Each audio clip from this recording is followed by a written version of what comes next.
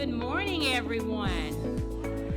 Let's do it one more time. Good morning, everyone.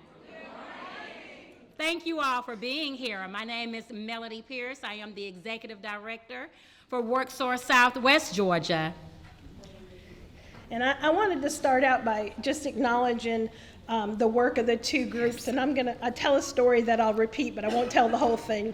But quite a few years ago, when the state, and that state would be the Technical College System of Georgia, Office of Workforce Development, gave us an opportunity to work on sector partnerships. We went to Little Okmulgee State Park in McRae, Georgia.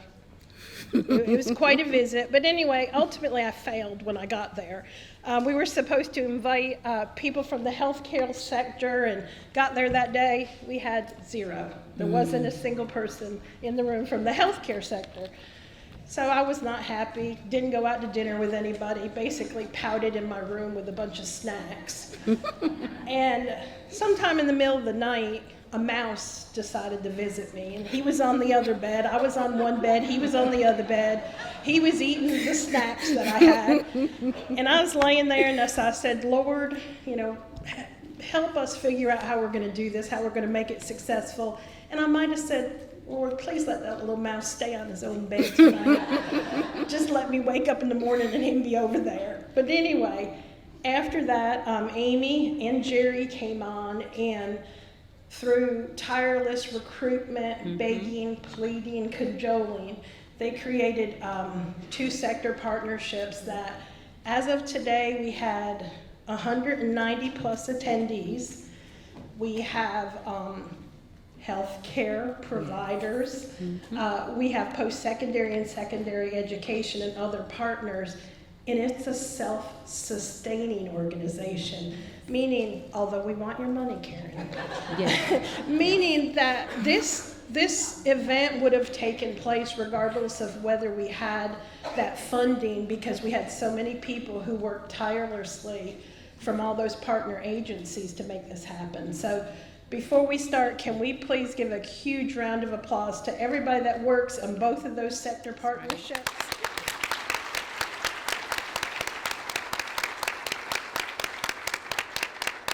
Thank you. The mouse thanks you so much.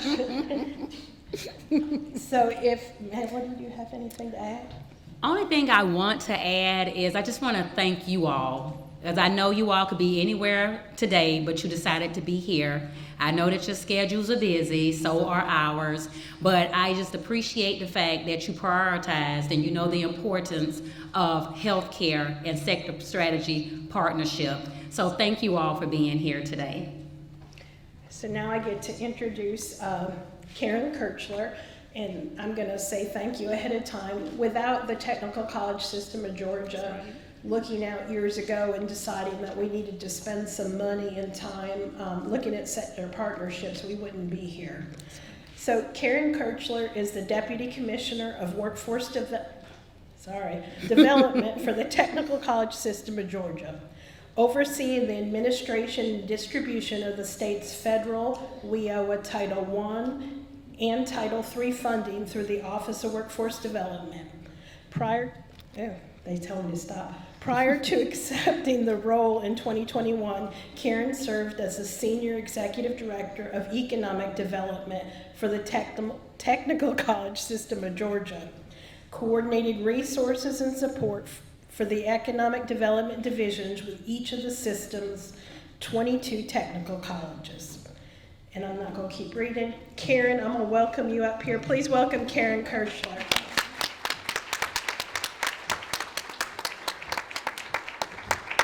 Thank you for stopping. Appreciate that.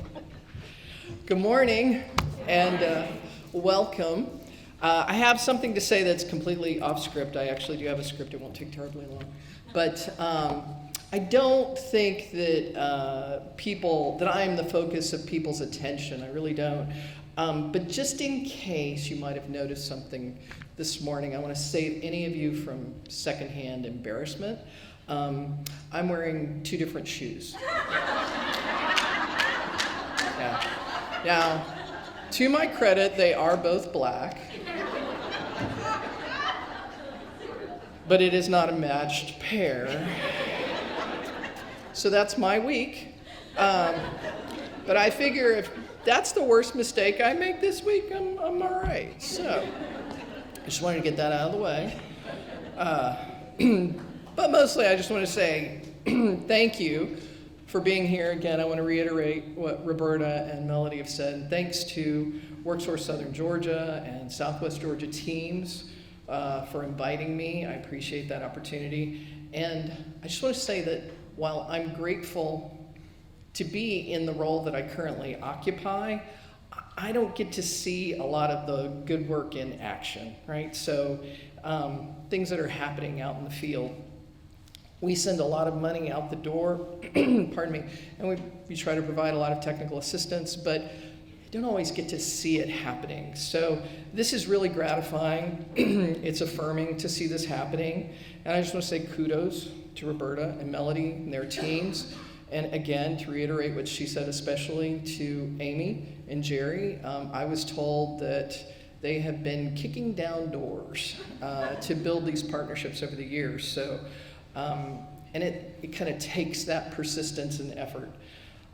I know that facilitating collaborations and partnerships around sweeping topics like workforce development and labor shortages can be really challenging. As Melody said, everybody has their day-to-day. You've got immediate needs. You've got your own labor shortages you've got to address.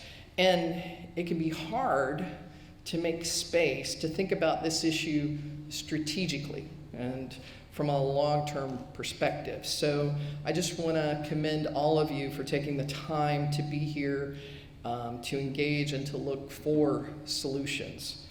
Labor shortages are everywhere. I hear it every day from employers. They're struggling to find talent. And I will tell you that while I have concerns about this across the board, I have to say that the crisis in rural health care is, for me, one of the more alarming and pressing labor shortfalls that we're all facing. Because this isn't just quality of life or, economic development. Sometimes, in many cases, it can be about life itself. I wish that I had a magic bullet that I could offer up, the answer to our talent pipeline worries, but I don't. And there's not going to be a single answer or a single fix to this problem. It's going to take broad coalitions and collaborations like this one that bring a wide variety of stakeholders together to put aside individual agendas in order to develop and implement strategies that serve the overall good and make a real impact and make progress for communities as a whole. And that's what sector partnership work is all about. Identifying employer and industry needs within communities, needs that are so deep and important that the overall welfare of a community can be impacted if they're not addressed. These are needs that go beyond a single employer, and they're endemic throughout a community or region. And it's the local workforce development areas who can serve as the conveners and the organizers of sector partnership work, bringing together stakeholders and helping each other look beyond their own immediate needs to develop overarching strategies to address the big issue. And last year, WorkSource Georgia, through TCSG, awarded over $2 million to local workforce development areas around the state in support of sector partnership work. I was relieved to hear that Roberta and Melody no longer need any money from us. They'd like it, but they don't need it. But really, that part is, that's a testament to be able to stand up here and publicly say, this is a self-sustaining effort. Not that it can't be benefited by additional funds, but this is a self-sustaining effort because the relationships and the network that has been created here is going to continue because you see the value. You've come together to recognize that this agenda, that this issue is bigger than any of your individual agendas, and that together you can actually make progress and you can have an impact on what's happening. And the work that this group is doing is really a shining example of what sector partnership work is supposed to be, whether it's in Georgia or anywhere else in the United States. So I just simply wish to commit to you that we, the Technical College System of Georgia and WorkSource Georgia, will continue to do whatever we can to be partners in this effort, including giving you money. Whether it's producing work-ready talent through our technical colleges, or collaborating with our universities to create additional pathways for advanced study, or whether it's working to find additional funding and funding sources to support training and outreach, and additional partnership efforts, or whether it's partnering with you through our Employment Services Division to engage in talent recruitment and outreach in that regard. We're in this effort with you every day in a variety of different ways. So, welcome. I look forward to all of the good outcomes that are going to come out of today's event, and thank you again for tolerating me and my mismatched shoes.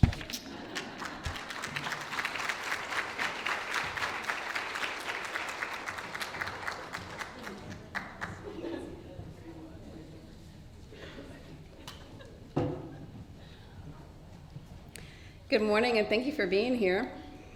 I get the privilege of introducing our next speaker, Angela Ammons. She holds an RN and BSN degree, and she is the CEO of Clinch Memorial Hospital in Homerville, Georgia. Clinch Memorial Hospital is a 25-bed critical access hospital serving Clinch and the surrounding counties. Starting in late 2017, Ms. Ammons led a successful turnaround effort at the hospital, which was close to shutting down. Working with outstanding female hospital executive mentors, Angela implemented a business strategy based on working with other South Georgia hospitals. Clinch Memorial has also grown other revenues, successfully recruiting a physician from New York City to come to rural South Georgia and launching a family practice. Angela was named Hospital Leader of the Year by Hometown Health in 2018, and Clinch Memorial Hospital was recognized by Hometown Health as Hospital of the Year in 2019. In November 2020, she and her hospital featured a story in Time magazine that details some of the struggles she faced with and how she contributes collaboration and a strong mentor to her success. There's much more to this story. To hear it directly from her, I'd like to introduce to you Angela Ammons.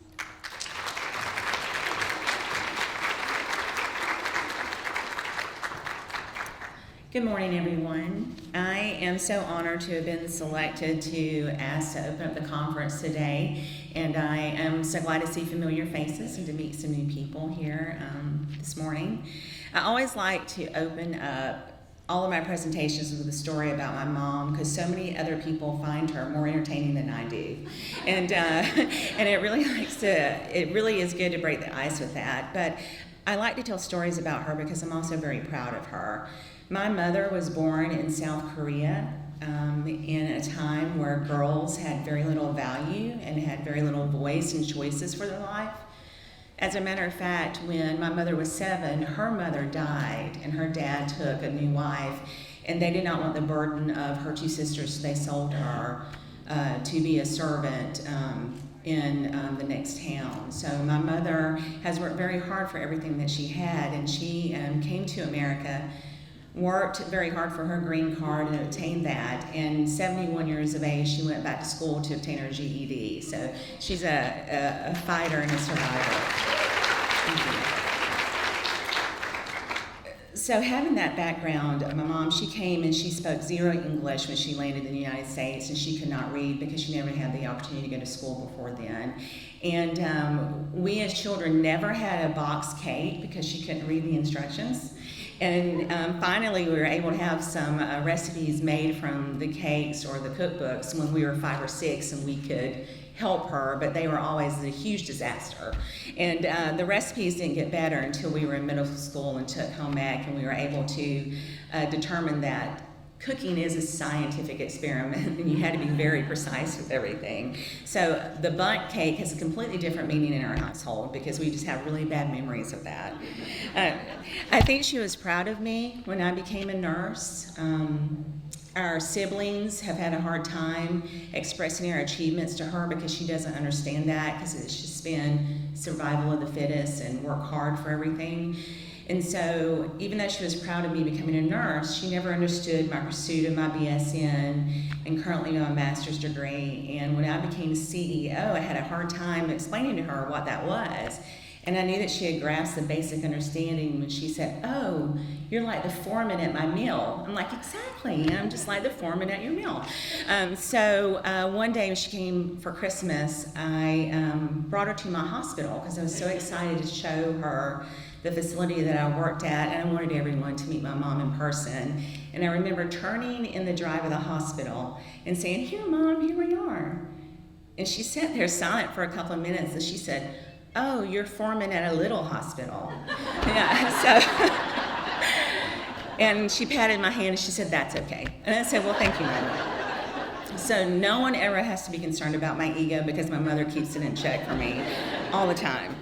So yes, I am a CEO at a small hospital, but we do very big things there, and we're a huge part of the community, and I believe that we have made such a positive impact since the entire inception. I'm very proud to work with a phenomenal team of people that we do.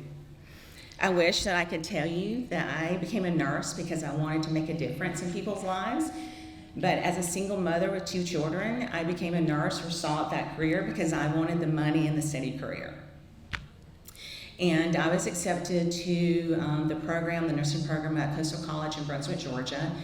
And that nursing class was the highest nursing class that they had since the inception of that course. And by the time we graduated, we had less than 50% remaining. It was a very tough program.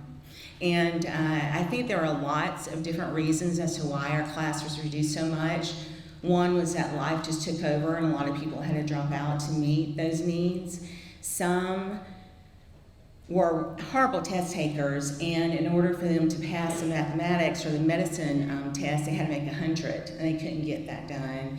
And others left who really just did not meet the expectations of the program. And some we cried with, and some we were glad to see go, because even as a student, you don't need a license to see that some people do lack social skills and emotional intelligence, critical thinking skills. And these people just really didn't want to master it, and they didn't have that ability to do so. So right out of graduation, so glad to make money, I accepted a position as an SICU nurse in the Brunswick Southeast Georgia Health System. And out of orientation, I started to work hard because I had finally started making good money. And back then, it was $17 an hour as a new grad in the ICU. So even then, I think I was just completely out of my mind about how much money I was making. So I would work 6 shifts one week, 6 12-hour shifts, and the next week I would work 5 12-hour shifts. And it wasn't just for the money, it's just I was just a voracious learner, and I wanted to learn everything I possibly could about being in the intensive care unit. Gunshot wounds, we had people with strokes, motor vehicle accidents, and I wanted to absorb all of that. And I still, probably a year into it, had not made the heart connection to my job until I received this patient from the ER. And that patient changed my life. So I received a report from the ER nurse, and she told me this is a very hard case. He presented septic, and he had been very volatile in the ER. And when I received him a few minutes later, he was everything and more that the nurses told me. And so he was facing continual dialysis, and we needed to intubate probably very quickly. And within the hour for me to do that, he had swung at me twice, cussed at me maybe 12 times, and I had been sexually harassed because I was Asian and a female. And he was a former Marine veteran, and he had the hula girl tattoo to prove it. And he was just extremely hard. And while I was following the steps for intubation and CVVHD, my internal mind just raged with this war against him, and I was saying things to myself. I can't believe you're treating me like this. I'm here to save your life. I went into debt to obtain a career. This is not a prison sentence for me. I want to do this. And I will probably share those same feelings with a lot of people who've provided health care in the years. You probably said that to yourself and to your peers before. And if you're new in the healthcare world, I promise you will say those things again. I'm gonna get them water, I'm sorry. Sorry about that.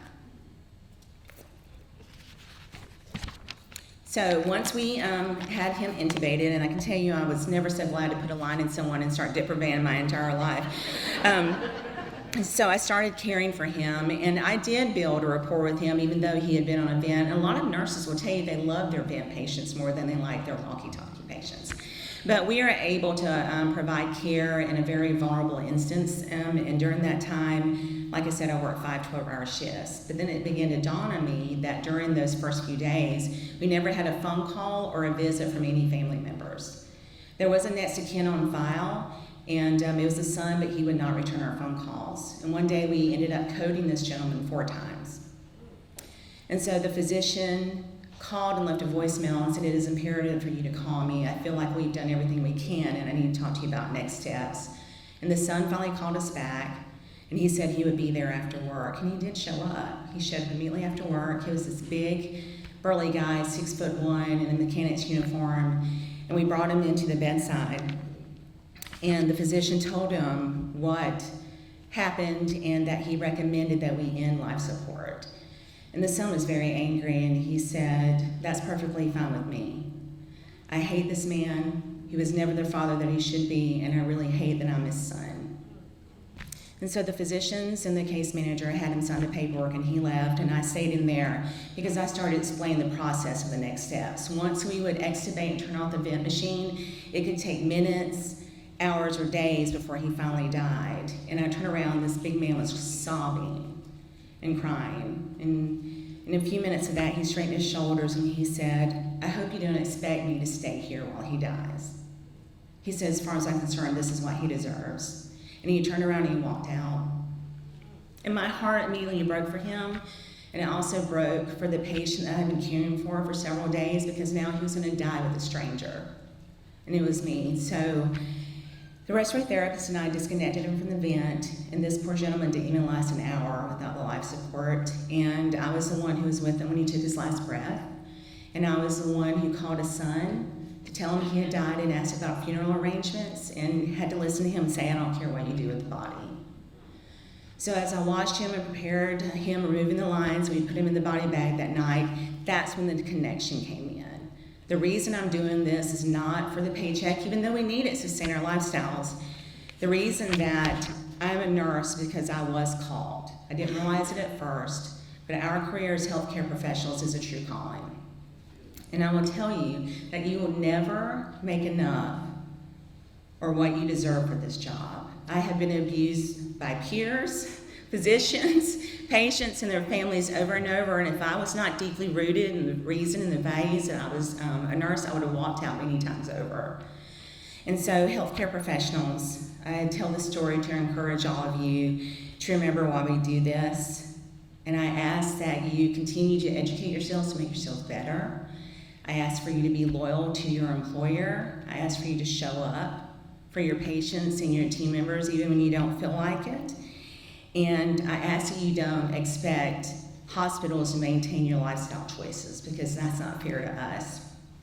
And educators, I ask that you continue to encourage people who want to take this step and realize that it is a hard issue. And yes, you can make very good money, but that should not be the primary concern for you doing it. I don't regret working in healthcare one bit. I think I've made a huge difference in a lot of people's lives, and they've also changed me for the better, and I've learned a lot of lessons along that time. And I thank you so much for being a part of the healthcare community, and I am so grateful to work with all of you.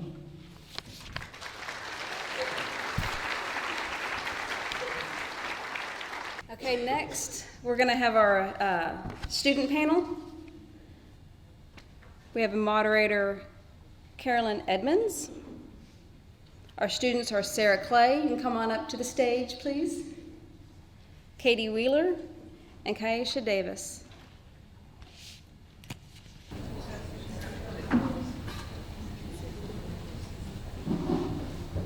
Is that yes. Good morning, I'm Kaisha Davis. I'm a dual enrolled student at Ammons Technical College, and I started my 9th grade year, and my current healthcare pathway is nursing. Good morning, my name is Sarah Clay. I'm a BSc in nursing student at Albany State, and I graduated in May 2023. I'm also an extern at Phoebe in Albany. Good morning, I'm Katie Kirchler. I'm from Wiregrass. I'm in the surgical technologist program. I will graduate in May of this year, and I have already accepted a part-time job at Coffee Regional Medical Center.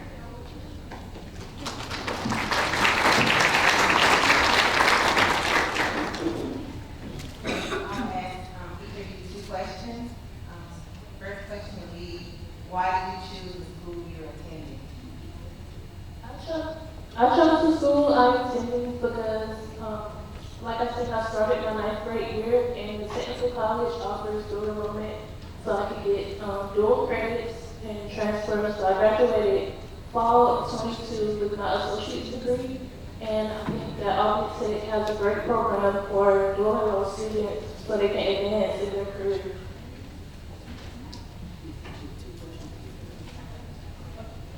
Okay, and then the second question would be, what do you wish you knew in high school that would prepare you better for your post-secondary? So, being in high school and also being in college at the same time, something that I had to learn to adapt to is time management and time management. So learning to balance both, and also a college career prep academy, I also did an internship at the pharmacy. So it was like difficult to manage all 3 of those at the same time in 9th grade. So like proceeding on with my career is like I had to learn to sacrifice like things that I would do during the week with my friends and everything. So now I had to put more time into studying and everything like that, and I am thankful for my sacrifice to what I did. First question was, why did you choose the school you're attending? I'm going to say the school kind of chose me, to be honest. I originally moved here from Florida, and I was closer to Georgia State, which is where I did my pre-regs. And then after I took the T's, with the score that I made, I just applied with who had that range, and Albany State was one of them, along with, I think, Kennesaw. But I moved to Albany State because I heard good things about the program. So that's the main reason why I went there. Okay. And the second question is, what do you wish you knew in high school that would have prepared you for post-secondary? In high school, it was so long ago because I'm a little older than people think I'm 42. But in high school, I wish I would have been more headstrong, because when I first got out of high school and I had a grant to go to nursing school, I let someone in the family say, you can't do that. So I wish I was more headstrong and more confident in myself to know that I could do it. So I'm always mindful of what I say to people, because that has a lasting effect on me. Because maybe years ago I could have been a nurse, but because of what I received, I didn't. So in high school, I just wish that I was more headstrong, or my self-esteem was higher, and I was more confident with what I wanted to do with my life. I would like to say I am kind of the same way as you. I bounced from college to college. I went to Augusta University. I went to Gwinnett Technical College, and I just kind of got to a low point in my life, and I decided to move back to Valdosta, where I'm from. And it's almost like, Wiregrass chose me. I started looking at, everything that they had offered, because I always knew, I wanted to be in healthcare. My parents are in healthcare, I knew what I wanted to be, what field I wanted to be in. And then I chose the surgical program because I was just always so interested, in the behind the scenes part of everything that goes on like that. So I think Wiregrass just kind of chose me as well in a low point in my life, and it turned out for the better of my entire life. And then your second question was, what do you wish you knew in high school that would prepare you better? For me, I really wish that I would have met procrastination in the butt, because that was a huge thing for me in high school. You know, you could procrastinate. You know, it was not so much of a big deal as it is in college. You know, in college you have that deadline. You know, everything is so much more serious. And not that high school's not serious, but especially in a program like we are in now, you know, procrastination, it will fail you. It will fail you. And I wish I had that mentality back in high school, that procrastination, you know, you're going to have to, you have to change that because it will get you in this medical field and these programs.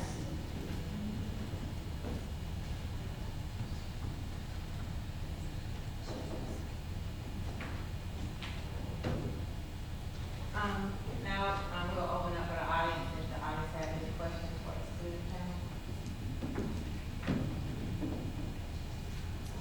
I have a question. Do you think there's an age or a grade level in high school that's too early to start thinking about the healthcare pathway? Because we wrestle with that. We're thinking 11th, 12th grade, that maybe 9th or 10th is too early. So what do you think about? I believe that it totally depends on the student, and where their mindset is. For me, I was very self-motivated, very dedicated, and ready to get to work. So it depends solely on the student. So yeah, now they've changed it to 11th, 12th grade. No, when I started it was 9th grade. So it just depends on the student and their level of maturity.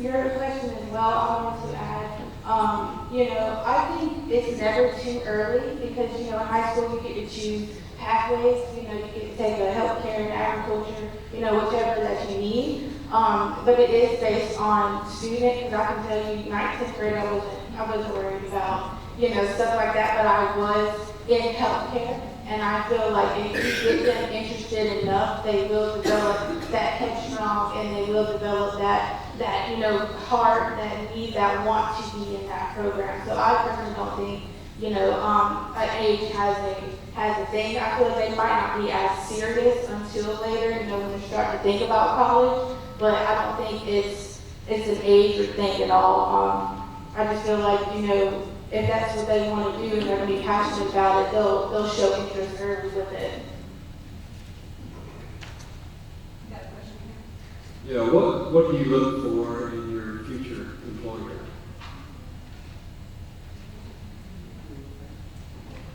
What would I look for? If I was looking for a future employer, I would look for organization skills, time management, being able to balance and multitask, and just basically organization skills, making sure that they're adding benefit to the company and can provide a lot of work-based skills and the knowledge that they need.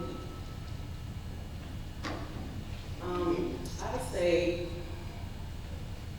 I would look for in a future employee is, I'll piggyback on what you said, you want them to be organized, but you also want them to be, I'm going to just say real with you. You understand the journey, or because a lot of people have already been there, just kind of the ladder, so to be realistic with that person, to be honest with them, with the expectations of what you need or what you want from that person, to provide room for growth and also learn, because I think that we should always be learning no matter what we do. So room to grow, to study climb the ladder, and just to be realistic with each other. So I should be able to come to you and say, this is what my expectations are, and you should be able to be honest and say yes or no, that you can't fulfill it. But I think honestly, it's really, really big when we don't tell each other the truth. So that's what I look for. What I look for, currently, having a part-time job now, morality, patient care. When I was doing clinicals, I'm still doing clinicals. It was just the way they accepted me. It really felt like a family when I was at clinicals, and it really, made me want to be there. And I saw how, they take on the patients as if, they're your family members. And I'm sure a lot of you have had surgery. You know how nerve-wracking that is. and, and just seeing how, the workers interact with the patients and make them feel comfortable and, at ease. I really noticed those types of things and the structure and just like the overall like well-being, and everybody just seems like they're in such a happy mood. They're glad to be there. They're glad to be at work and working and doing the job that they do. That was something really big for me and why I chose to go to the facility that I chose to go to.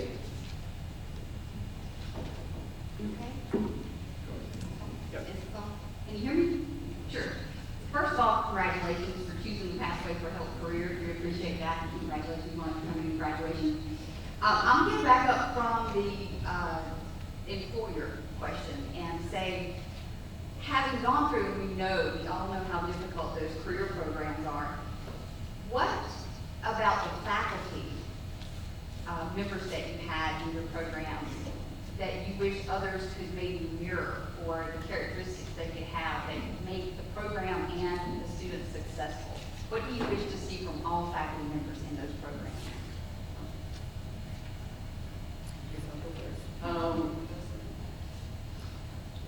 Honesty again, and then help, because in my first semester of the BSN program, we only had one teacher for the time being, which was the stylist, but you could tell that she was really passionate about what she was doing. It wasn't just something she was doing. It wasn't like I'm just going to push you along. She really cared.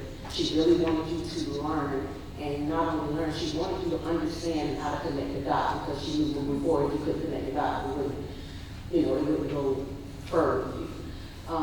But that is really, really important to have that person that you know is concerned and that wants you to go further. I think that's really important as far as the staff members. And then just having people there that you can talk to, whether they be, part of that or not, but having someone to talk to, because like I said, going through the nursing program or any healthcare program is not easy. So trying to balance everything, everyday life and working, like I work 2 jobs, so trying to balance everything is not easy. So just having that extra person there that really cares, that you know is passionate about you getting through this program, that really want to see you make it, that meant a lot to me.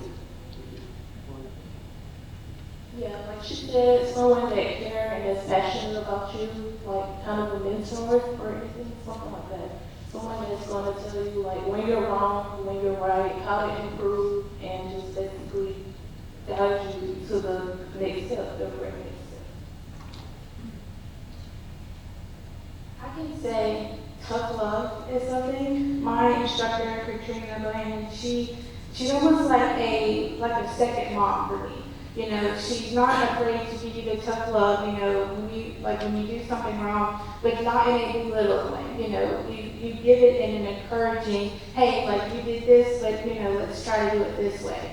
She was is very hands-on. You can communicate to her, anytime, even if it's, late in the afternoon or anything like that. She always made herself available. Sometimes I know that's probably annoying. You want to go home and not deal with us, after the end of the day, but she always made herself available. And, and she was always there. She had an amazing flexible schedule, because, we all still have to work while we're in school, and, and it's realizing that we're also trying to live, work, and go to school, and we're all humans. We all are going to make mistakes, but just to be there and realize, try to remember when you were a student and how difficult it was, just try to make that, connection with your students so they feel more comfortable coming to you about difficult problems and things like that, and they develop a trust, a different kind of bond with you. And I feel like that helps a lot, and that makes you want to learn more and be more interested, and you just feel better all around.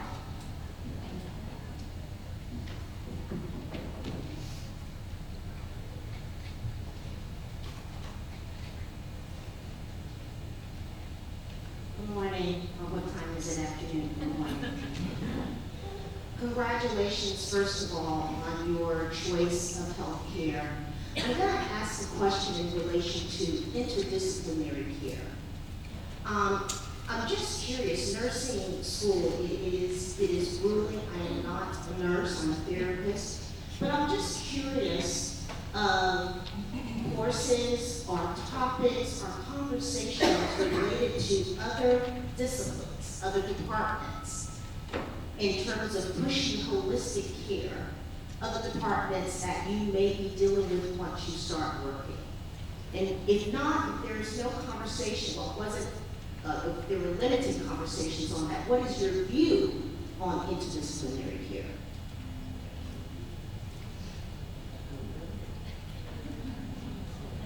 For nursing. Well, I'm nursing, working with other departments. Well, I'm not nursing, but I just been doing clinicals and everything. What I have noticed is it's a big deal, you know, knowing your communication and having a solid communication with other departments. For example, you know, the surgical, you know, during a surgery, you know, if you have to have a biopsy, you have to send this, you know, send it off to pathology.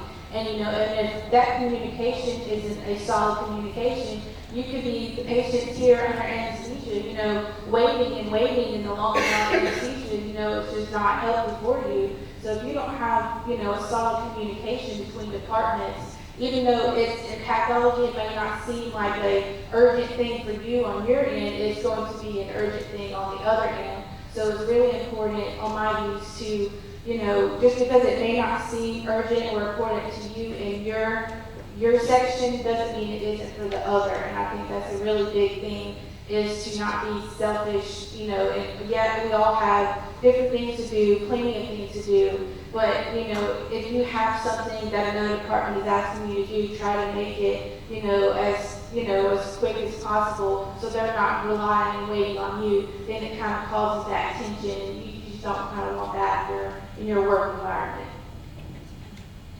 And kind of to piggyback off of what she said, I think it's important that everybody realize it's a team. Although we work in a separate, like you may work in SSCU or you may work in the ER, it's not that we are against each other or they never do anything. We have to understand and realize that we're a team, and our whole purpose here is to take care of the patient. And at the end of the day, I just feel like if you treat everyone the way you would want to be treated, I think it would flow. I met a nurse in SICU who told me something, and it really just helped me connect the dots. And she told me, she said, whenever you come here, you have to remember one thing, because she was working with this patient, and I mean, this man was going in on her, and I was just standing there like, I don't know how she's taking it, because he was really like, if it's a 10, he was like 12, okay? So she came out the room, she said, you remember nothing else, always remember that you're meeting people on one of the worst days of their life. So you still, no matter what they say to you, no matter how they treat you, understand that it's not you, it's what they're going through. And if you take that, you'll be fine. And that has helped me from ever since you told me that has helped me, because you get that. If people are going to say things, but when you understand the situation, what they're going through and what's happening to them, vice versa, that you might lash out as well. So I just think collaboration and understand that we're not against each other, because you may work in EC and I may work in or we are a team, and our whole purpose here is to care for that person at the end of the day. That's what. Yes, I agree with both of them. The whole purpose is to go to take care of the patient, so we have to work together regarding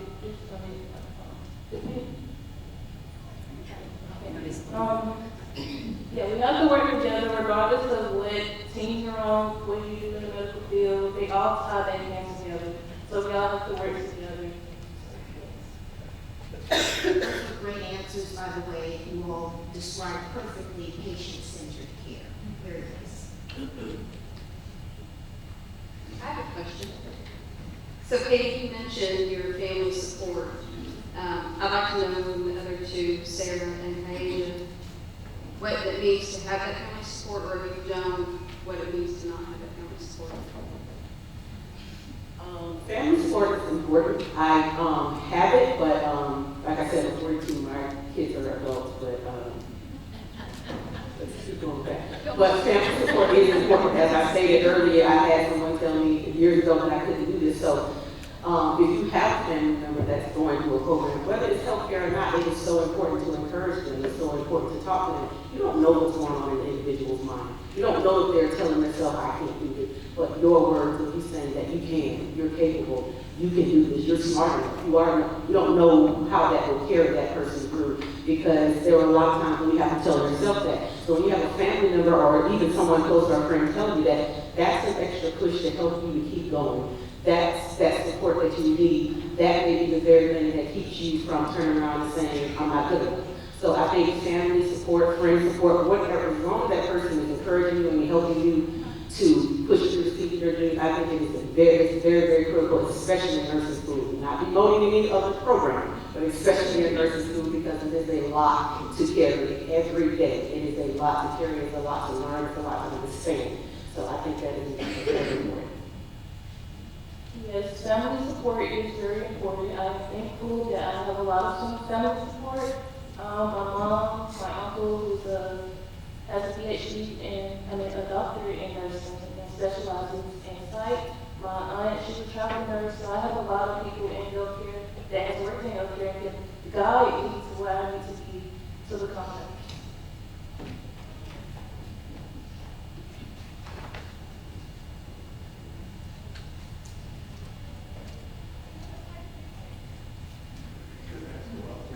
And try to get your steps in. Thank you. You come from different backgrounds, different stories. At least one of you we would describe as classic, non-traditional. That's great. You got grown kids and gone back. Talk a little bit about your experience with working while studying. Is that helpful? Is it creating barriers for you while you're studying and things like that? Some of you may be working nearly full time. I don't know, but you see benefit in working while you're studying in the field? Is that helping you, or is it creating barriers? I can say you do a little bit of both depending on where you work, because I think no matter where you work, customer service skills is needed, no matter where you work, because you are still dealing with customers, whether you're in the hospital, where you are. But I work two jobs. I work for Children's Healthcare in Atlanta, but I work from home. I live in Albany, and I do 410 with them. I'm also a nurse external for Phoebe, and then I'm a full-time BSN student. So, even with all of that, I won't say it's a barrier because I prioritize my time. I said that earlier. You make time for what you want. So I have a set schedule that I stick to, and I study what I do in the time that I can, and I go home.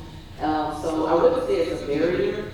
I would say it's a task. You have to be focused. You have to set your mind on this is what you want. And as far as the external part, I think it's a plus because you're in nursing school to be a nurse, but you get that opportunity to practice with another nurse, to get the feel of what you're doing every day, to find that niche of where you want to be, what department you want to work in. I think that is so important for any person that is in nursing school or pursuing nursing school to get that exposure because it is so important. Like at one point I was afraid to walk into a patient's room and do anything to them, but now I go in there boldly and say, hey, I'm here to do this, I'm in therapy, and it gives you that comfort and it gives you that experience to be able to do what you're going to school for. So I think it just depends on the individual, and I also think it's what kind of job you're working, because I'm benefited to where I can work from home so I can study at the same time.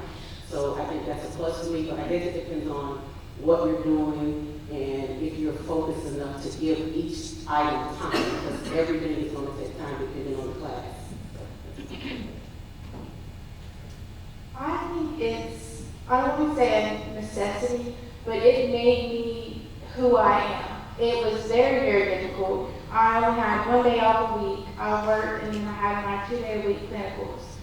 It was, I'm not going to say it's not difficult because it is, but you still need to sustain your lifestyle. You still have to, pay your bills, and you have to do everything like that. But I feel like it helped me in a sense of, in my example, my personal life, it's, there's going to be days where you have, X amount of surgeries, you're not going to get off until maybe, 8 o'clock that night, and if you're on call, you could go 2, 3 in the morning to go deliver a baby, a C-section. So I feel like it prepared me, as far as, time, you just have to go with the flow. It's hard, but you gotta do it, and it makes you a stronger healthcare worker. It's like, well, if I can do this, I've worked and I went to school, and for her, she has kids, and you like, okay, I did all that, then I can go do this. You know, it makes you, I feel like it makes you stronger as an individual all around. I mean, yeah, it sucks, we know it all sucks, but, you know, it just makes you, I feel it just makes you more well-rounded, and it just gives you that kind of backbone that you need, you know, and it re-encourages you, like, you know, I used to do all this, I used to stay up till 2 in the morning studying, you know, trying to, you know, for my certifications and my tests and all that. And now granted, you're not studying once you're a full employee, but there's going to be days where you have a difficult patient, and you know, and it's going to keep you up at night. You're going to lay down and be like, oh, well, if I would have done this, you know, the outcome would have been different, or if I could have did this, or this is, you know, I feel like that's, in a sense, almost the same as how you're going to be up late at night, and I just feel like, as a person, for me, it just made me stronger and more able to do my job confidently. I believe that there's pros and cons to working while in school, but like you said, it depends on where you're working or what you're doing and time management. So for me, I did an internship at a pharmacy, and that is in healthcare, so I was learning dealing with patients and customers. I learned customer service skills and working with the pharmacist, shadowing her, because pharmacy was an option for me, so I was learning from her and everything. So I got a well-rounded experience from it, the internship, and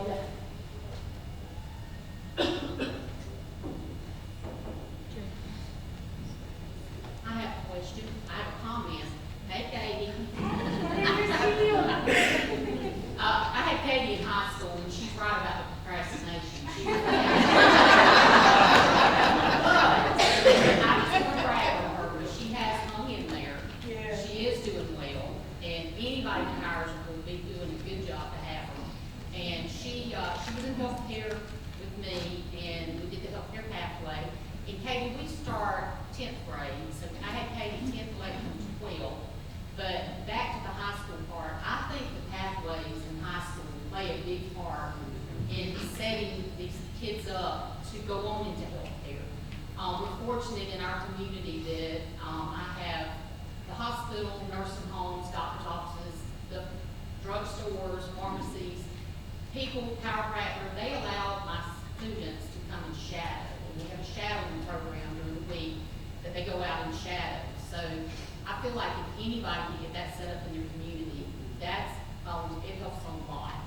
And then to have a good relationship with, we're with Wiregrass, we have a good working relationship with them, and they take a lot of our students when they graduate. It's really good. You know, they promote their programs with them. Katie, I'm glad you're at Wiregrass, finally.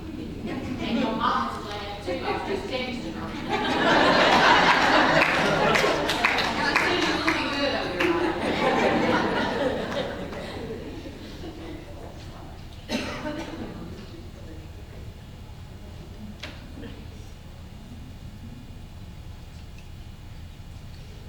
Can you hear me? I have a question. I'd like to go back to the team-based care topic. Many of us are working in the field of trying to prepare students for their clinical future in team-based care. And the AIM system across the country, the AIM Scholar System, has a signature program that focuses on interprofessional and interdisciplinary care. So it's kind of close to our heart and soul here. And as you know, with team-based care, we're all looking for the best outcomes for the patient and community. My question is, what training did you receive in interdisciplinary or interprofessional care, how to work with teams before you actually got into your clinical experience? And if you didn't receive any, what would you have liked to have received? This would be helpful to know for many of us who are trying to provide this type of training for students. As far as my training goes, for our program, we have to take a pharmacology class. And, you know, in the midst of the many things that are in those textbooks, in my sense, ours is based off of, you know, surgery based. So you have, like I was mentioned earlier, you know, like when we have things that sit to pathology.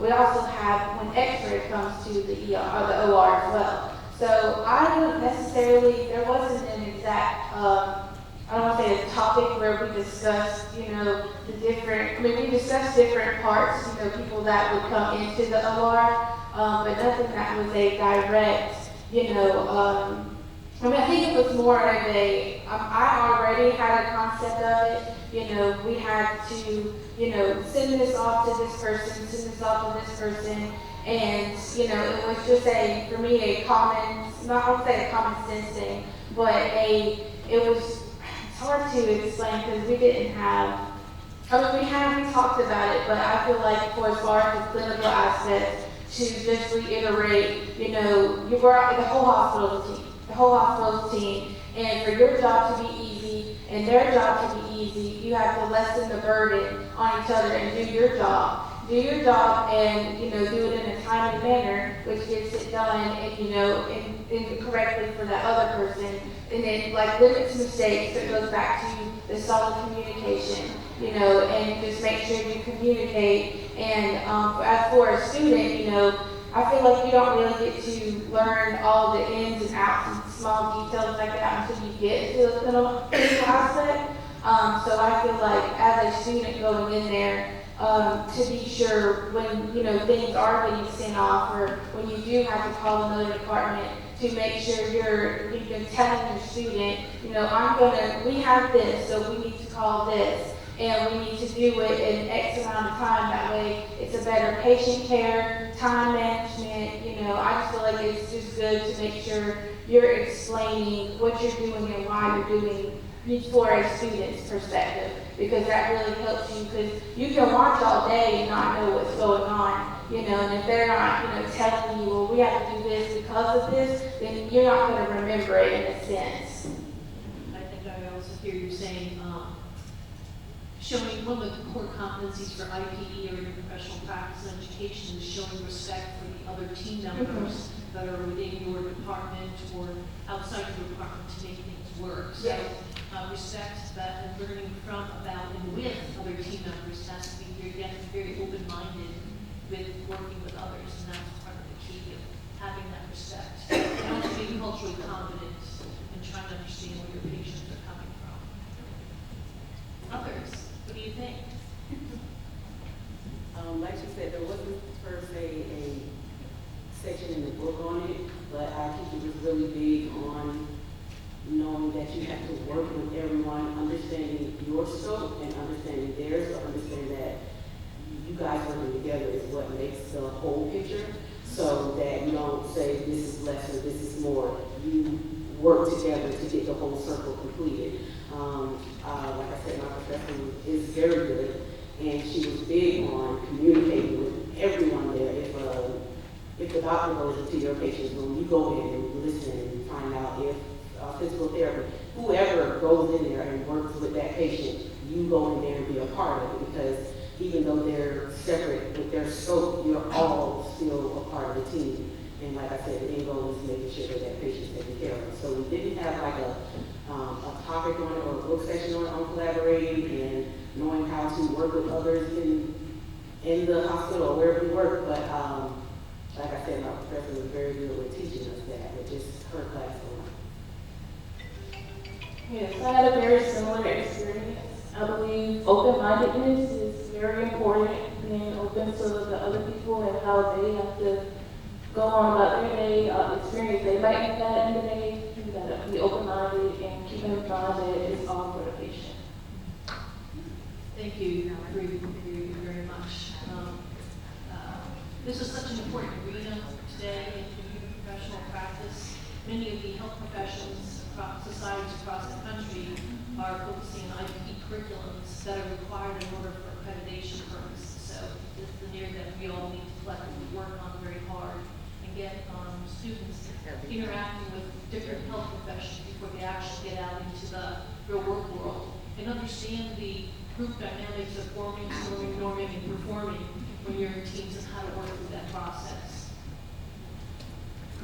If I can say something to you, I agree with what you're saying, and that's one of the reasons why I did the extern, because I think that that is so important for whatever your pathway is, for you to get out there and get experience into what you're going to be doing, because it teaches you how to work with the doctors, how to work with the physical therapist, how to work with the dialysis nurse, or whoever is dealing with that patient.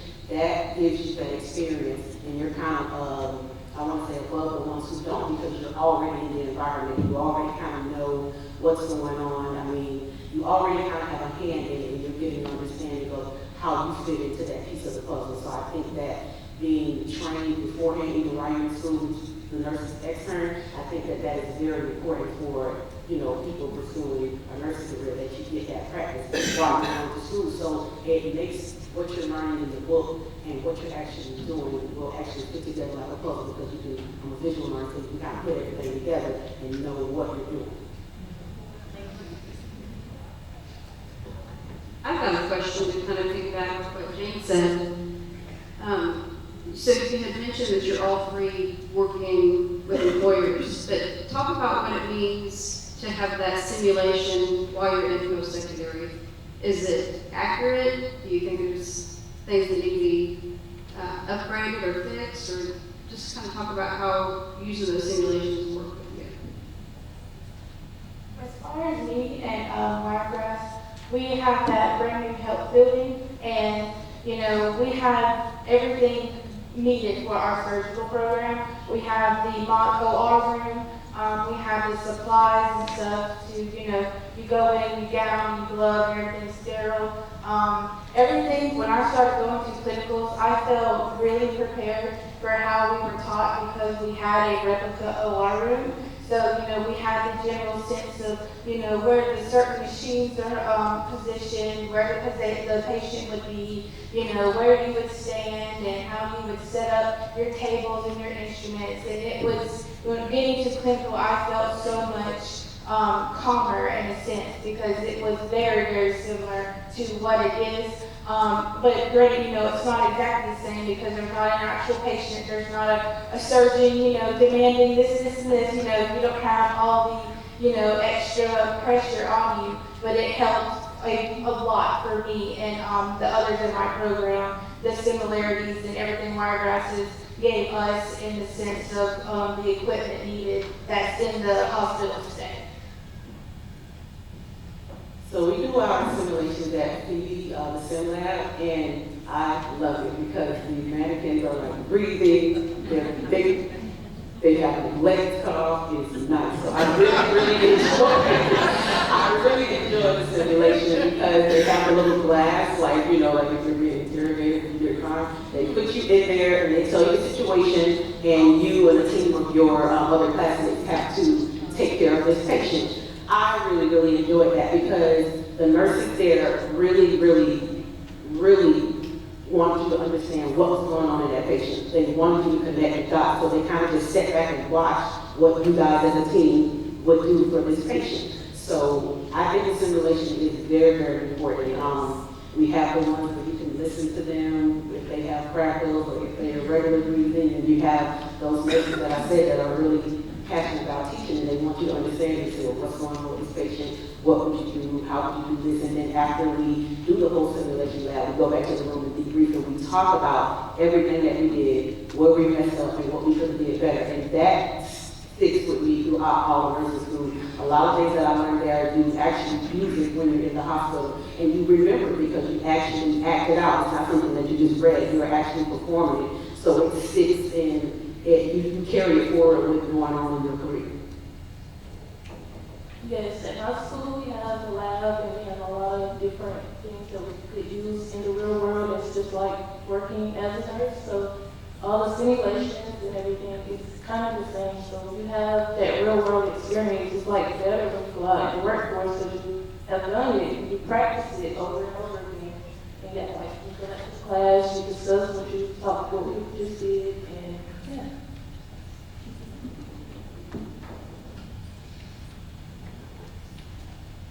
Okay, so that was really great. Let's give this panel a hand.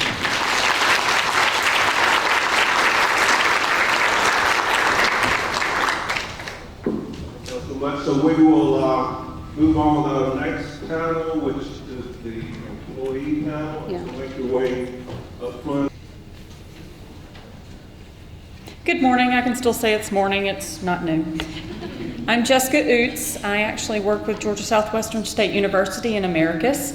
I'm a faculty member. I'm also the simulationist. So the question's about simulation. I was like, yes. I'm also the simulation education coordinator. And I volunteer to moderate our employee panel. So if you ladies would like to introduce yourselves. Good morning. My name is Steiner and I'm a Dean of Health Sciences at Wiregrass Georgia Technical College. I'm also a nurse by trade. Good morning. I'm Kelly Register, and I'm the Chief Nursing Officer at Fletcher Memorial Hospital. Hi, I'm Carrie Tanner, and I am a professor at Albany State University, and also a physical therapist. Hi, I'm Dr. Yvonne Smith. I'm Assistant Professor of Nursing at ADAC, across the street, School of Nursing and Health Science. All right, ladies, we have a couple of questions for each of you for me to ask, for you to answer. What were the harsh realities for you going from learning about your career to working in your career? I'll speak both to by personal perspective and also bear with me. I've been in education for 10 years, so it's probably going to be a little bit of both as I speak to this. But I think the biggest part of what we need to focus on, and this is from my student perspective too, many years ago, is the workload that is encompassed in non-as nurses after graduation. You know, as educators, we try so hard to prepare them, and we do a great job, but we still have to teach them what to expect once they get into the real world. And that workload, I don't just mean, because I think when we think of workload, we think of just that term, but that encompasses so much in nursing. I think it's accountability, it's responsibility, it's work ethics, it's patient care, it's higher acuity of patients, we have sicker patients, the list goes on and on. And so I think that was a harsh reality even now in educating and helping my faculty educate students, is just to teach that perspective that you have to be patient and you have to persevere. I think that sometimes students enter their nursing education program with a particular area in mind, and when they get out in the real world and they're hired and they have that orientation period, no matter how long it is, they soon realize, well, I don't want to be in med-surg anymore. I want to be in labor and delivery. And then sometimes they think, I don't want to be a nurse at all, so I'm just going to leave. And so I think that, as educators, as industry, we really need to support the aspect of just instilling the concept of patience and perseverance, because as you know, the experience is going to be the most important aspect of that student's journey, whether it's in education or after graduation, all the way through their journey as a novice to an expert nurse. It's all experience. And so I think that that's a big thing that we need to remember and instill in them is give it time. Learn your role, deal with the patient situations, because it's not for the faint of heart.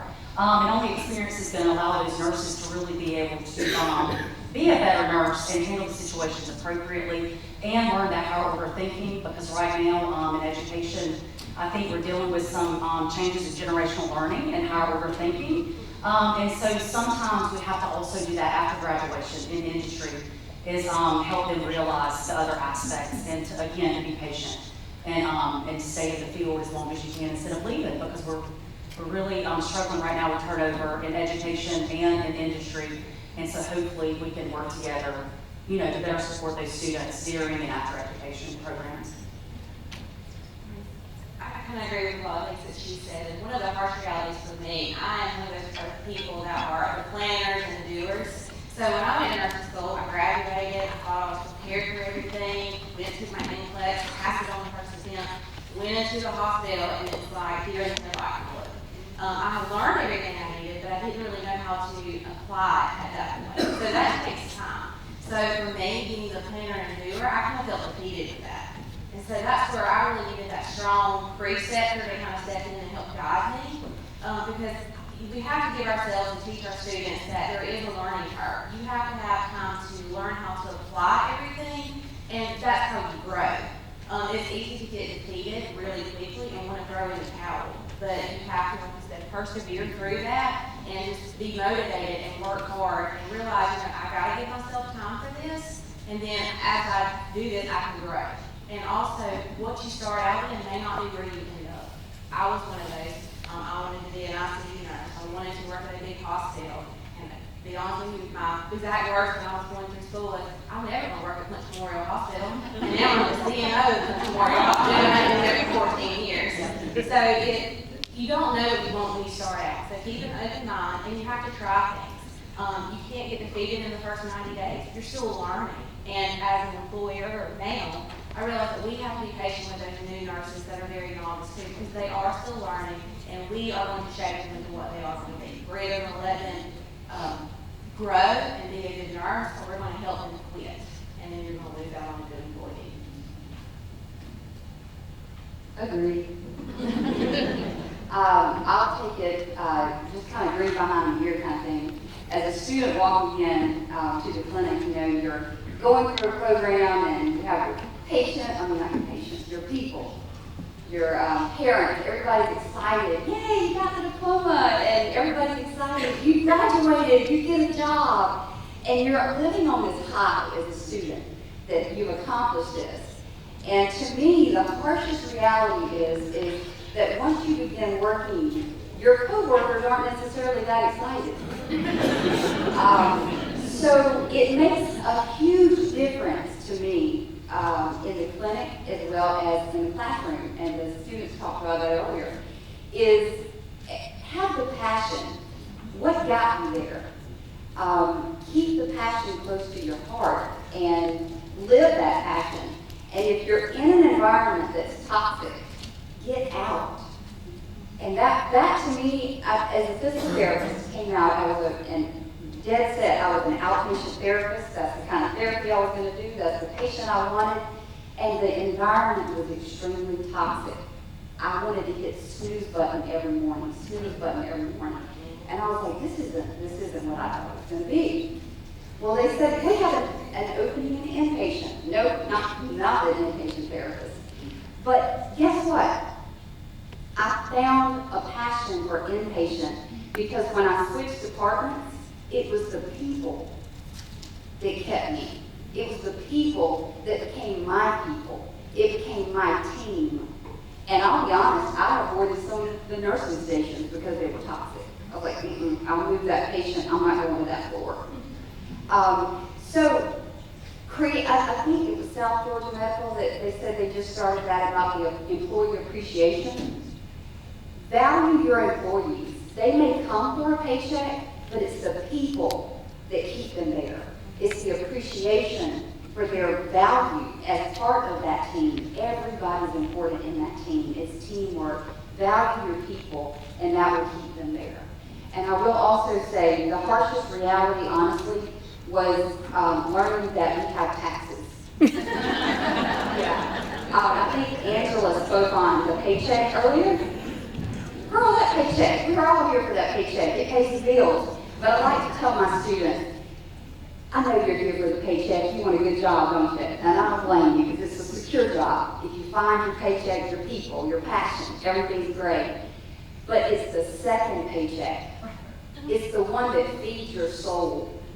And I say to my students, this may be a very small time frame. It feels like it's going forever and it's a grueling process to get through this program. But it's a small sacrifice when you think about the lifetime of the rewards that you're going to get back for being in healthcare, for serving people, and not only serving your patients, but taking care of yourself and your team.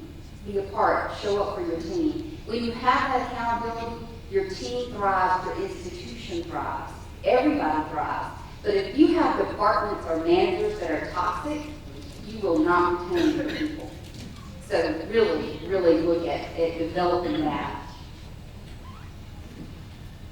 So just as they did, I started as a student. My perspective as a student, back in 2005 when I started 8-hour shifts before the 12-hour shifts became a thing, was the reality that it was a top-down approach to nursing.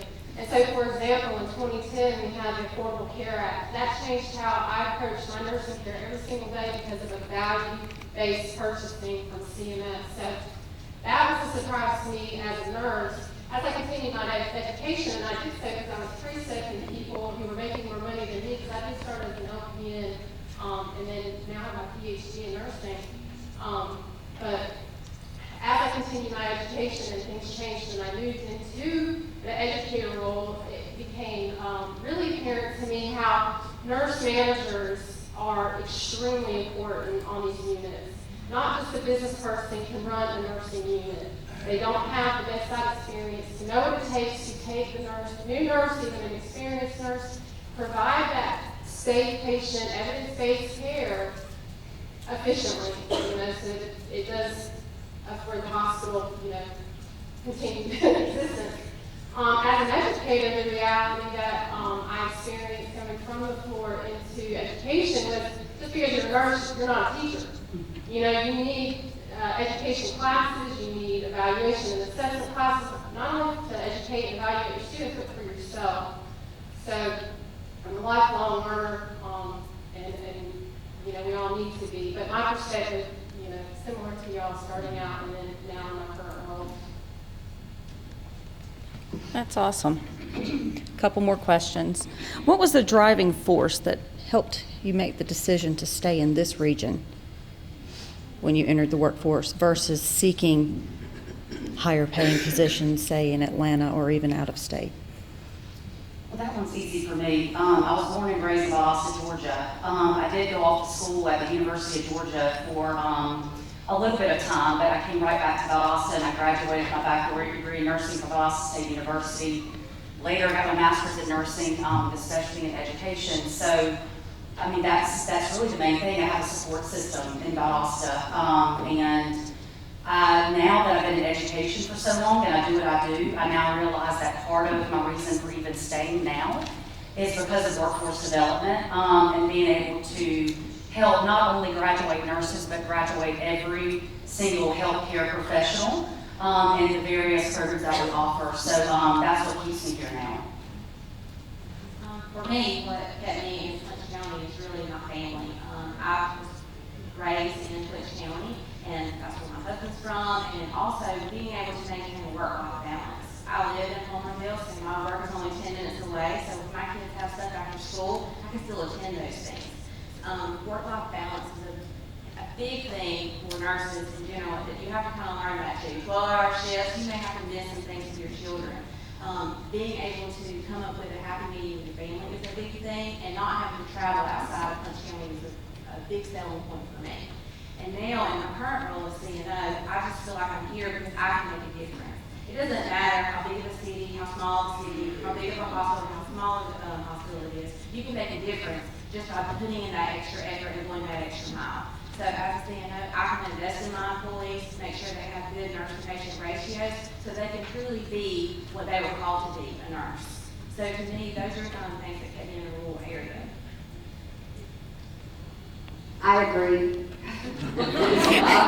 The biggest part for me is people. It's the people, it's my family. I know that I can go anywhere and be part of the team and pull that in, but you can't replace the family that I have. And watching my nieces and everything grow up, it's just being here for that.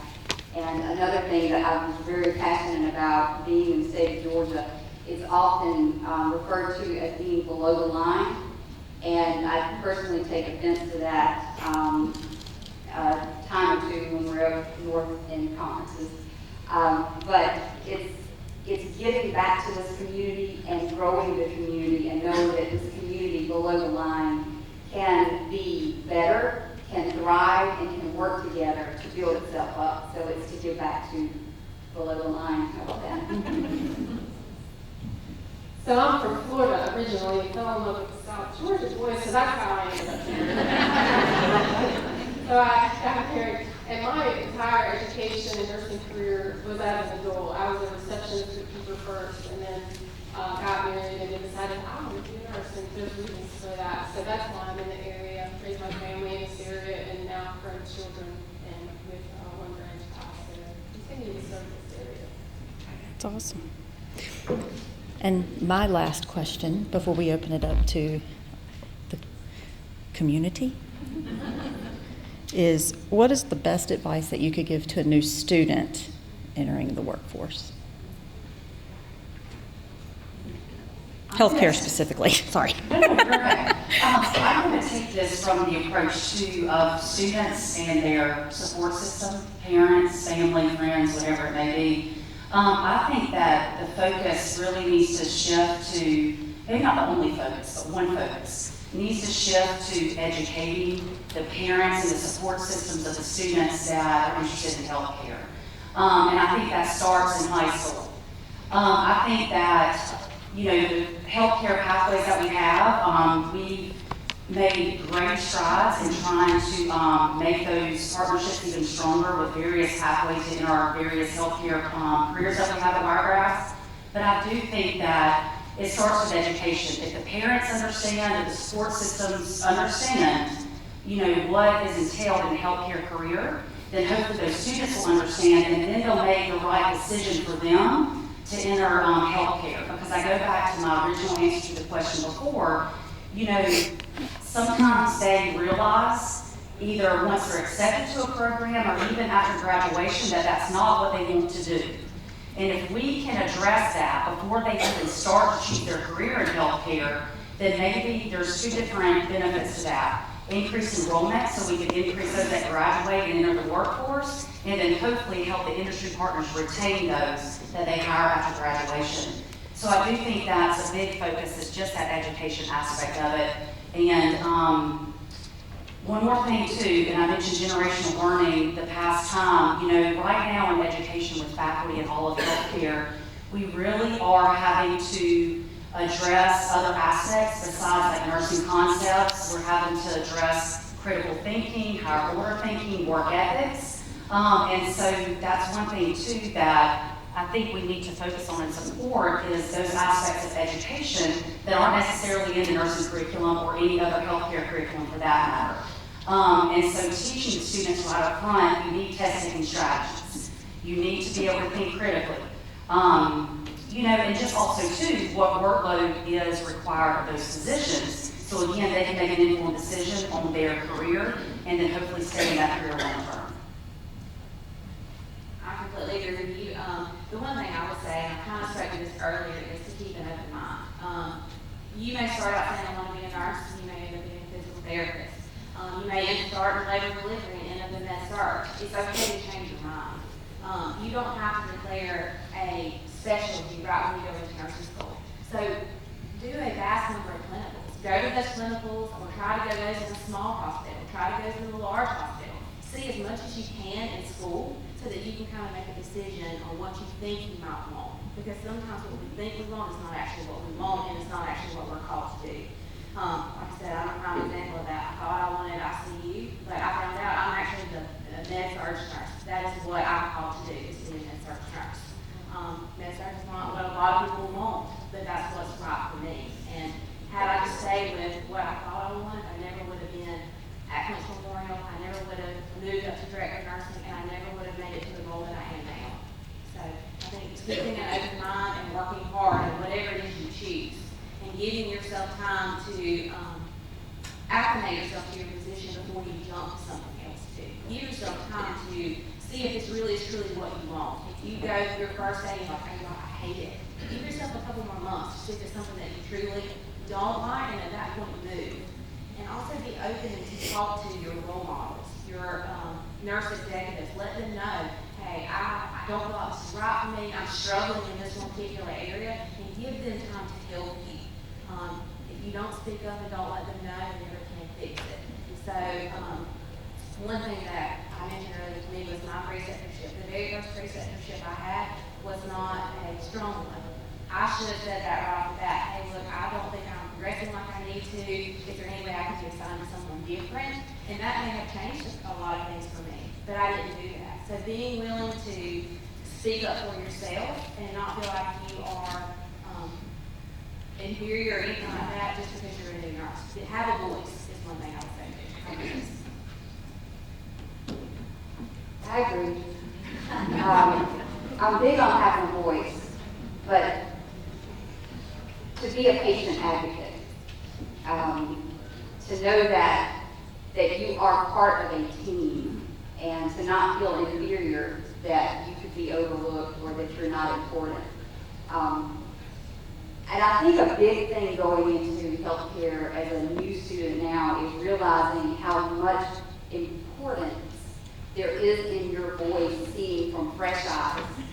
Because those that are in healthcare now are experiencing burnout. And we are trying to address that by having wellness programs, health and wellness issues, programs, everything. Everybody's throwing this out. Look, we have this wonderful center, go work out. Well, if I don't feel like going to work out, this center's not going to help me. You know, we need to start looking at the systemic issues that are causing the burnout. How can we treat our clinicians better? How can we create a better workload? How can we show them appreciation? How can we get them to feel like they're part of our family, a team environment, that they're appreciated? And I know working in healthcare, but also as a faculty member, those soft skills are so hard. We miss those these days. And especially the ones that are coming up because they have been in a pandemic and alone. They're not used to being part of a team. So it's painful sometimes. But addressing systemic burnout from an administrator, a manager, a faculty, make them aware that health and wellness for themselves is very important. And instill the taking care of yourself, because you can only take care of your patients if you are well. And sometimes we learn the hard way that your body can only take so much before it's going to turn on you. And if we feed that, if we continue to really address systemic burnout and the importance of taking care of yourself, then I think that we can move the needle maybe in a more positive direction. But people, take care of your people. So for new students entering healthcare, what I would say to my advisees, whether they're the ASN advisor or the RN/BSN program, is shadow. Shadow a nurse, shadow different units, because so many times nurses are future nurses romanticize different units. They think, I want ICU, just like you said, critical care. Go to different areas. There's so many different areas of nursing, obviously. Informatics, case management, quality improvement. So I would tell the future nursing student, go and shadow.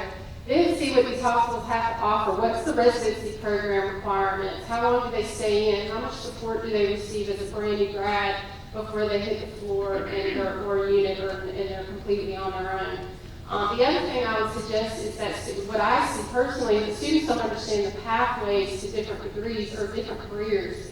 So a lot of times I'm sorry, I'm very animated at the top of my head, so if I'm distracting people with this, I apologize.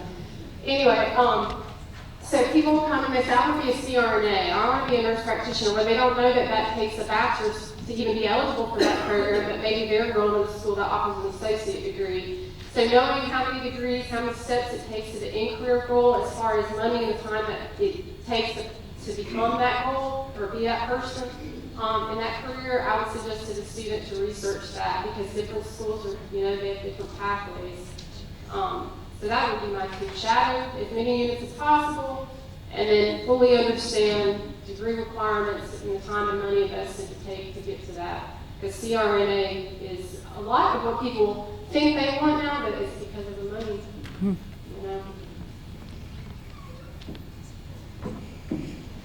All right. Questions out here in the audience? Okay, so let's open it up. Anyone have any questions for the can't jump it up.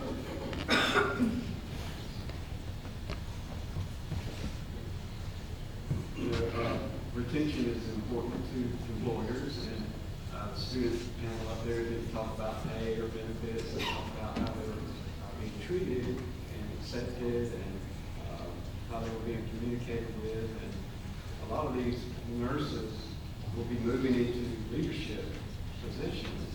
And I was just wondering what type of personnel management instruction they're getting in school. I'll speak to the curriculum for Wiregrass for the registered nursing programs and associate's degree. There is a leadership course that they actually take that have particular standards and objectives they have to meet that cover all aspects. And I know there was a question earlier too, one of the students about interdisciplinary collaboration. And that's actually an aspect of a lot of the leadership courses as well, to teach them how to manage a team, but also work well with all the other healthcare disciplines. Like she mentioned, there is courses in the class, but I also think on-the-job training is very much important with that. Because you can learn about scenarios in school, but till you actually get to apply those and see those firsthand, it's a little different. In our hospital, we do have leadership classes that our CEO has implemented, but also have a good mentor that you can go and talk to if you have issues in management. Like, how should I handle this? Or this is the way that I plan on doing this. Do you have any suggestions? So I think mentorship is a very important part of that too. Having a solid leader that you can access as your mentor for that. Leadership is part of the accreditation standards for most programs, career programs, is to have a little bit of component of being a direct team or serving over being part of a team. And so really, I don't think that everybody can be a leader personally. I know leaders that really aren't. So I think there's an innate characteristic about that you really have to be, to me, a good team member before you can ever lead a team. So I think the value comes from teaching teamwork. Yeah, so speaking for ABAC, there is a leadership focus in the ASIN program integrated into the semester of nursing. Teamwork and collaboration is integrated throughout the program. In the BSN program, there's specific courses assigned to that. And the one thing that our community partners made clear to us in our last community meeting was that we needed to have a heavier emphasis on conflict resolution, and I think that comes from the generational differences somebody mentioned earlier that we're seeing now. But yes, yeah, we do. It probably could be made better as everything can be.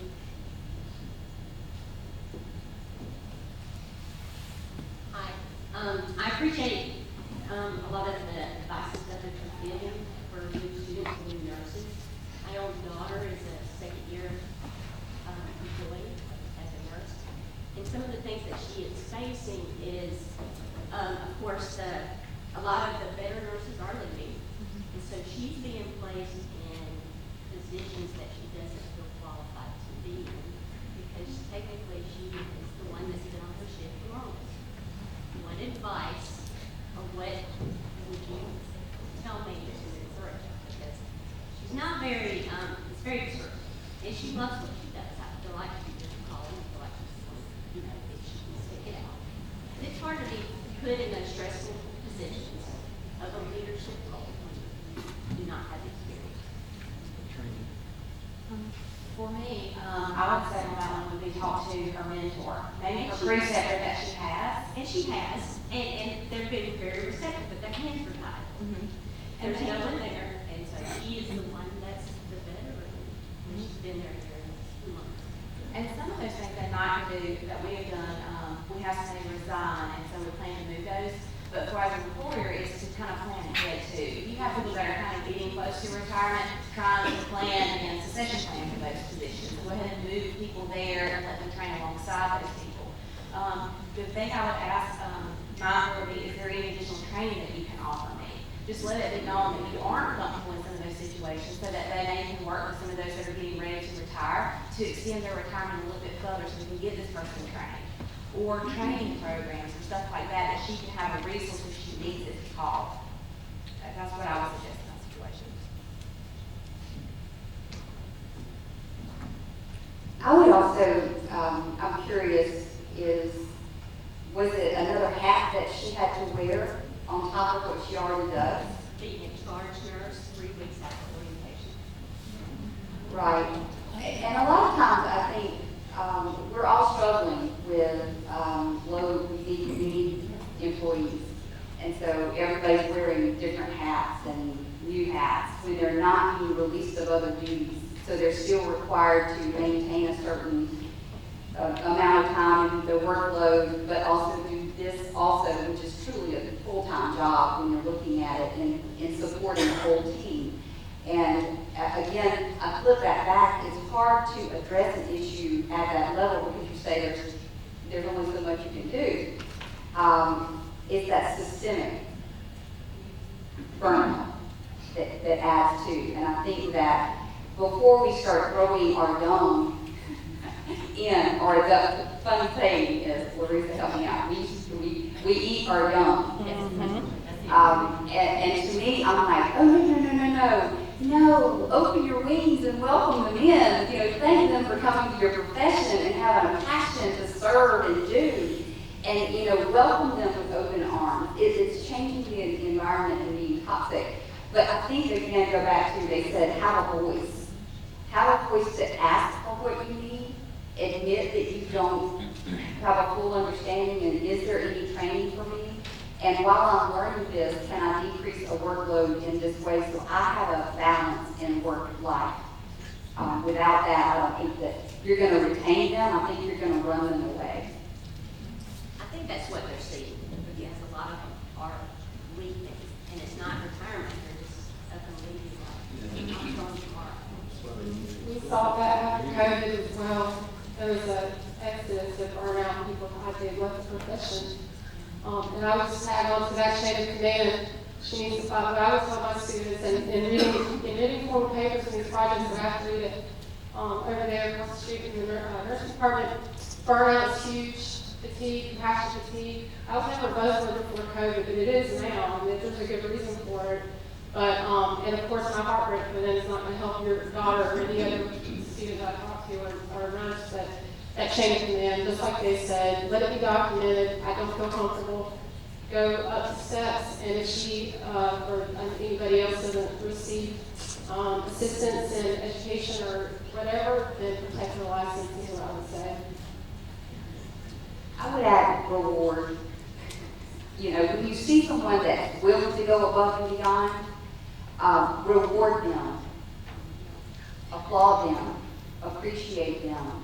But what we've seen is, like with EMR, when it came out, we had something totally more to learn, another thing to learn. It was added to the plate, yet we have the, and I'm thinking in terms of, and I know this is a joke when we say 40-hour work week, because who does that?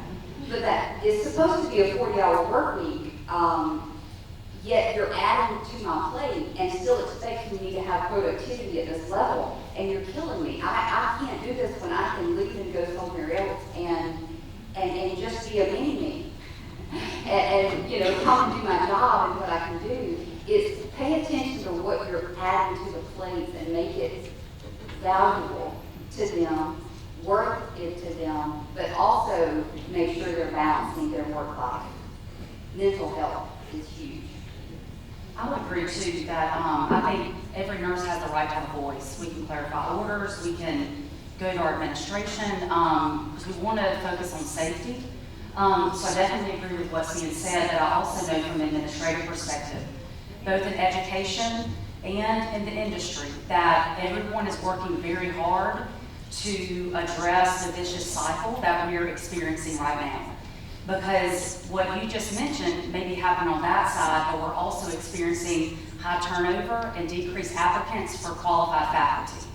So in that, you then have brand new, faculty members that again come right out of practice. They don't necessarily have the classroom management part of it or the instruction, and they're being, for lack of a better word, thrown out there.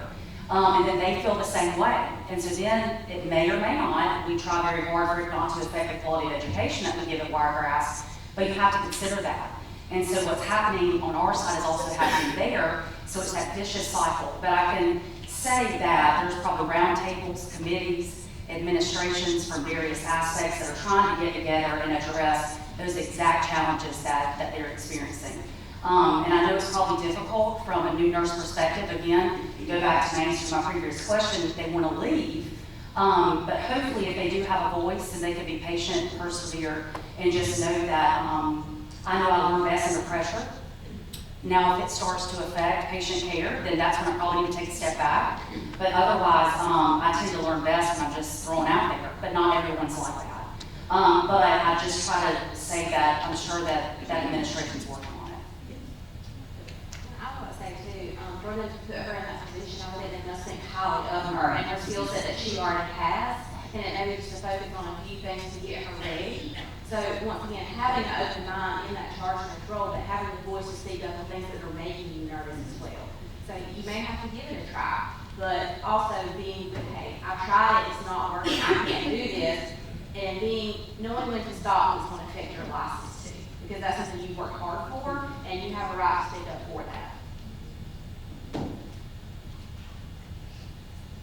What are some weaknesses that you see in students going from secondary to post-secondary that would help the healthcare teachers here that are teaching in high school better prepare students for that post-secondary education?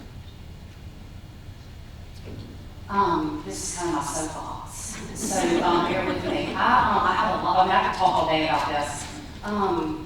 I think that it needs to be work ethics, soft skills, and critical thinking. And I know everybody's probably like, oh, that's easier said than done. You know, it's easy to talk about it. It's much harder to teach that. But we have to start thinking outside the box ourselves and address the generational learning associated with the generations that are coming up. I think we just need to take that focused approach to really research the way they think. You know, they're very tablet-oriented. They don't have communication skills sometimes. And I don't speak for everybody. This is just that learned behavior with going through a pandemic. But I would say that that is the hardest part, especially in regards to retention efforts that first semester.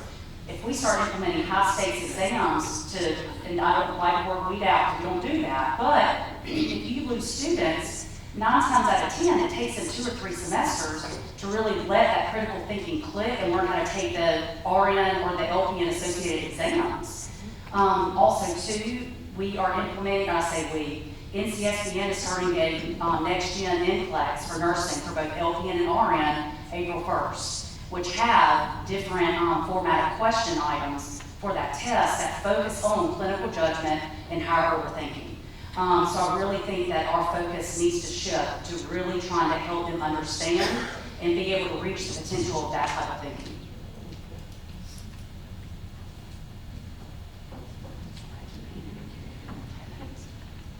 I agree with what was said. I would add professionalism. So what we see is students who are getting their associate's degrees while they're in high school, they're coming out of high school, and at 18 years old, they're ready to enter a nursing program and get clinical. And it's usually the clinical facility says they have to be 18 in practice. So they're coming straight out, they're ready to be in the program, but they lack the communication, the professionalism, the ability, the social interaction.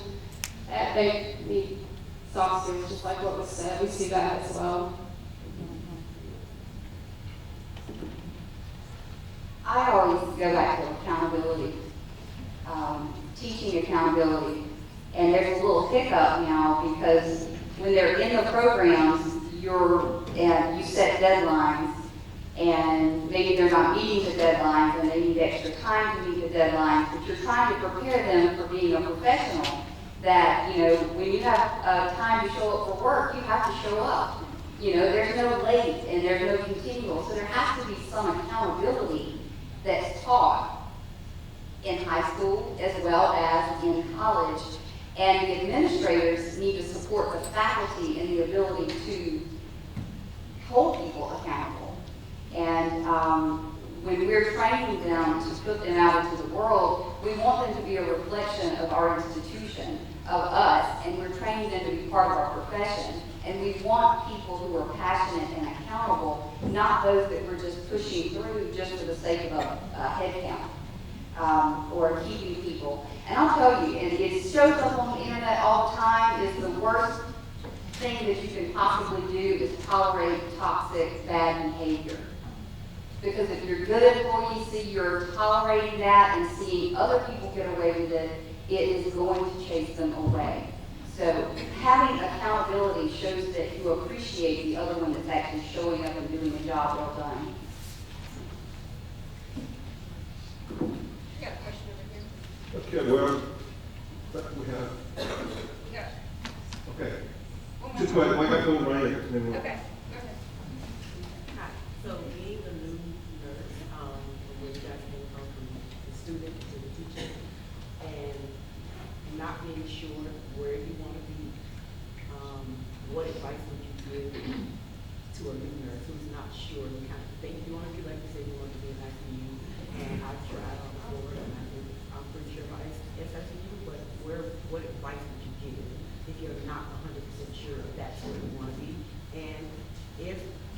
time frame would you give it to know, okay, this is not for me, or I should change? If you don't mind, I'll go first. That's why I was saying residency programs, because a lot of times in residency programs in the hospitals, they'll put you all over the hospital before you settle on a unit. So it depends on what they offer, where you're looking at, and then you can see a variety of different units. So for somebody in your position, if they don't offer that, then I would request you shadow on those different units. But for our future nurses not actually in the program yet, you go shadow employees in their daily jobs to see what unit they might particularly like. But you definitely need to look at all of them, because I thought I was in critical care, but I'm also a med-surg pediatric nurse, and I loved it. I say keep in mind, it may not be that med-surg or CCU, it's the department of people. So you have the ability with that license that you have to go into any department, but it's finding your passion and your people. And that's going to have, like I say, gauge it by, if you have to hit snooze in the morning, question yourself, why? If you hear that alarm go off and you can jump out of bed and go, I'm going to make a difference today in what I do no matter what I am, then you know I'm in the right space or in the right place. Just find your niche and know. Use the alarm clock. I would agree too. Definitely self-reflection. So if you know, if you're in a particular area and it could be something that you can control, then maybe that's something that could change, that would, help you to like that better, but experience is going to give you that too. I'll say that, excuse me, I wanted to be a midwife. And so I worked at a private practice in Valdosta and realized that's what I wanted to do. But then in clinical, I saw my first vaginal delivery and almost fainted. And so I was like, oh my gosh, I was devastated. I was like, no, this is why I'm here. This is what I want to do. Which is a very common place that a lot of nurses want to be in, is labor and delivery, women's health. But it's funny, there wasn't a position available, so I started out in the emergency department. And I will tell you right now, if anything, it was not where I wanted to be long term, but I learned more there that I could use everywhere else, that I will never ever regret spending the year and a half that I was in the emergency department. So even though it wasn't where I wanted to be, for my career, it still had its benefits. And then I actually was a labor and delivery nurse for a very long time before I switched over to education, and that opportunity just came. But I will say that I now know where my lifelong career is, and that's in healthcare education or in the education sector, because that's just where I ended up. And I've gone through a lot to get here too, and had many different experiences. So I think you just need to experience those, take the most out of all of it, and then also self-reflect the entire time to say, hey, is it something that I can change? That is something in my control, and then go from there, and then hopefully you'll be able to find exactly where you want to be. But don't leave. Okay, last question. So I've been in education for 16 years, and all of our CTA courses, their first standard is employability skills. So if you could tell us just one employability skill that our teachers need to focus on, what would it be? I would always say accountability, being accountable for what your actions are. She said, if you're supposed to be on work on time, being accountable for being on work on time. If you're expected to do a task, then you complete that before you leave for the day. So being accountable for you is what I say is a skill that you really need. I'll also say communication, and that's just not verbal, that's also email. Because we just need a little bit of email etiquette. And so, just, and this is no reflection of any education, but remember they were in a pandemic. My children also suffer from it. So just that communication, being able to make eye contact and have that verbal communication, but then also to the email etiquette, grammar, punctuation, capitalization, because if you want to email, an employer to say thank you for the interview, I really look forward to hearing back from you, you want it to make sense and to be grammatically correct. And I'm not saying this negatively, but that's what we're also seeing in this generation. And it's not those students, it's just what they've gone through. And so in education, we can help bridge that gap to also, again, expand that curriculum, not make it part of the curriculum, but just know that we have to address those factors too, to help them bridge that gap for what they've had to go through so far. True, and along with accountability, teamwork. If you can work in collaborative learning, group learning, anything that involves teamwork, and I think you mentioned it earlier, interdisciplinary group work, not just simulation for nursing, but the interdisciplinary, bring everybody in, teach them how it is to be a part of a team, as well as, working as a team of nurses as well as interdisciplinary, bringing in PT and everything, but that teamwork and accountability for being the team member. And I would just tack on integrity. Be accountable, tell the truth. If you don't know something, tell the truth. I mean, for whatever reason, you did something wrong, tell the truth. Okay, let's give this now a break. Unite Us is a coordinated care network of social and health care providers. Our network of partners, which are individuals just like you, there are nonprofits, there are churches, there are federally qualified healthcare centers, hospitals, churches. These network of partners are able, listen to this, they are able to send and receive referrals electronically. Yes, I said it. No more faxing, no more phone calls, no more scanning or waiting on someone to give you a call back. Everything is right at your fingertips. I would love to dive deeper into this, but we only had 1 minute to present. So tomorrow morning, we are hosting an in-person event at the Comfort Inn and Suites at Exit 62 at 9:00 a.m. So if you are available, please come by. We're going to show you the platform and how it really works, and also give you a little more history about Unite Us. Thank you again for your time. Thank you for being here today, and have a great rest of your lunch.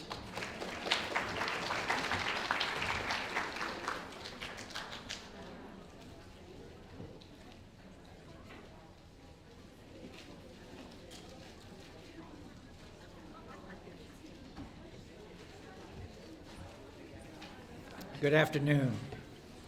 My name is Jim Pace. I'm the Dean of the Valdosta State University College of Nursing and Health Sciences. And just a couple of words about VSU, and then I want to address the high school teachers and guidance counselors and everyone else about how they can help those of us in schools of nursing across Georgia, especially southern Georgia, how you can help.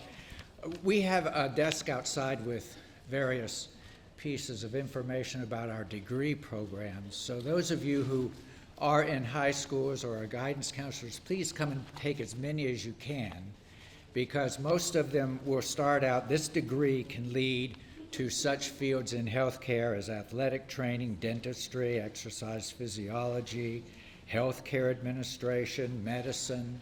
And then the nursing one talks about different avenues and venues you can go at as a nurse. So we have BS, we have MS programs, we prepare nurse practitioners and family nurse practitioners and psych mental health nurse practitioners, and we have a new Doctor of Nursing Practice program now, a DNP program. So I just want to say, for those of you who are teachers K through 12 and guidance counselors, if you see a student that might have a sick family member and you see that they are particularly attuned to what sickness brings to the families, that might be a good person to say, you know, you would be great in healthcare, particularly men of color. We need those specifically in the healthcare scenario today. And just encouraging someone that healthcare, especially nursing, and men in nursing, especially letting them know this is a field that is right for you. You have all kinds of opportunities, and we need you. Our patients need you because you look like our patients, and we need many more in that particular arena of care.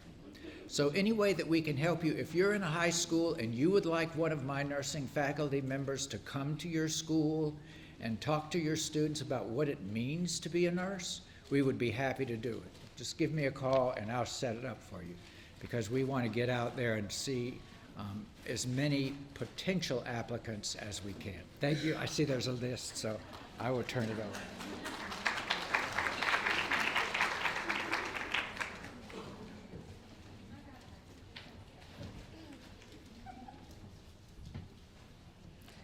I'm a little shorter than the rest of everyone.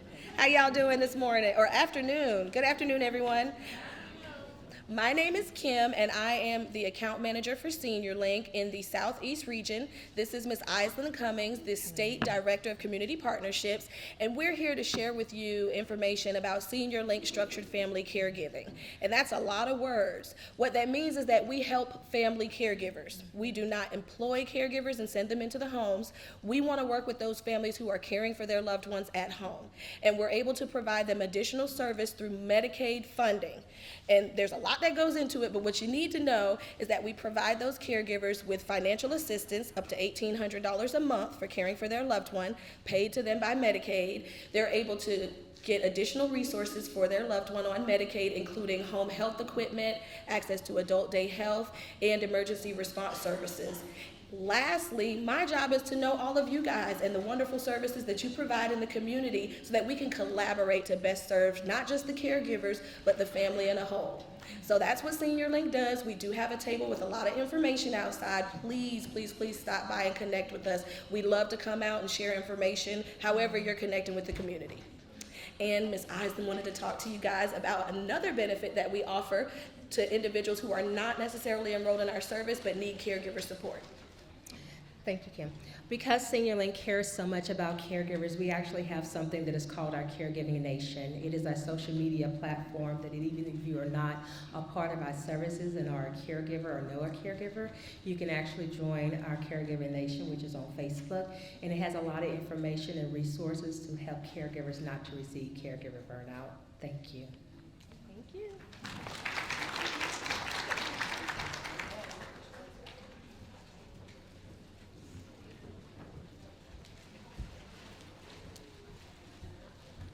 Good afternoon, everyone. My name is Lily James, and I'm from Clinch Memorial Hospital. Please raise your hand if you've ever been to Clinch County or been to Clinch. Okay, a few of you. I'm very excited to see that. If you haven't been to Clinch County or don't know about Clinch Memorial Hospital, we are a 25-bed critical access hospital. We provide a lot of the typical services you think about when you think about rural health care, laboratory, respiratory, radiology, swing bed. But over the past few years, we've really grown a lot. We've added vent tray weaning to our swing bed services. We've added a new retail pharmacy, opened a family medical clinic and a satellite medical clinic. So we've got a lot of really good things going on in Clinch Memorial Hospital and for the Clinch County community. So we would love to see you stop by. Our booth is right outside of the door, and we would love to see if we could collaborate with some of you. We love to work with the school systems that are represented here, and we're just very excited and thank Amy Jones with Workforce for having us here today. So thank you.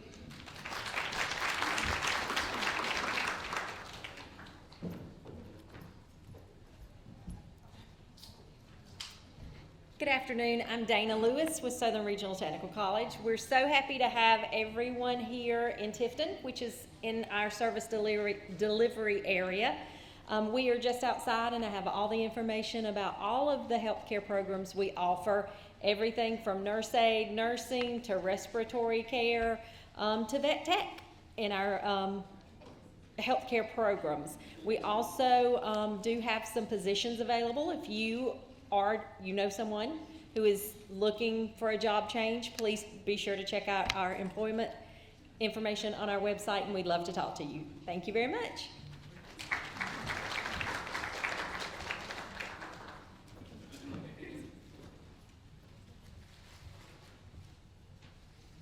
Good afternoon, everyone.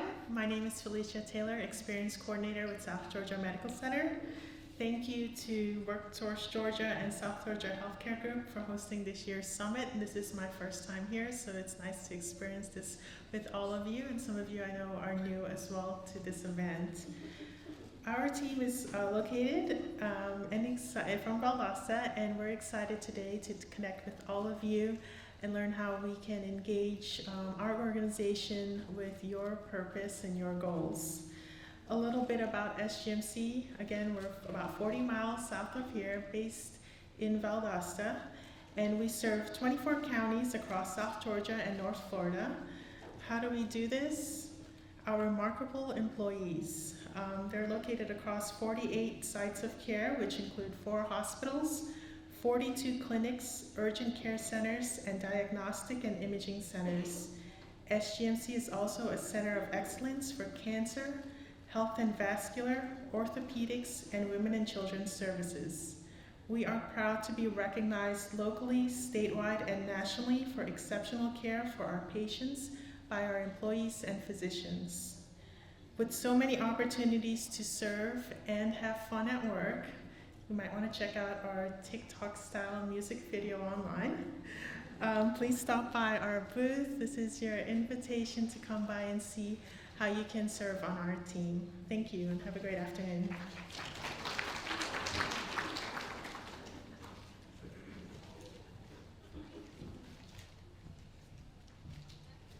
Hello everybody, my name is Jenna Willis and I'm the Senior Assistant Director for Admissions at PCOM South Georgia.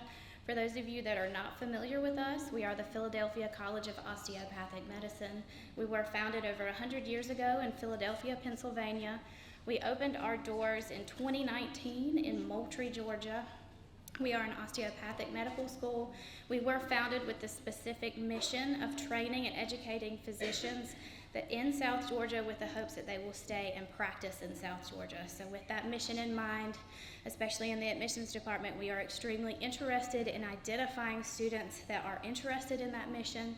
And we believe that that starts with our high school and undergraduate students as well. So we do that through our pathway programs. We have 2 pathway programs that are targeted at high school students. These programs allow our high school students to come on campus, interact with our students, interact in our labs, get that exposure to the healthcare profession, as well as give them the message that if they want to become a doctor in the future, they can pursue that right here in Southwest Georgia.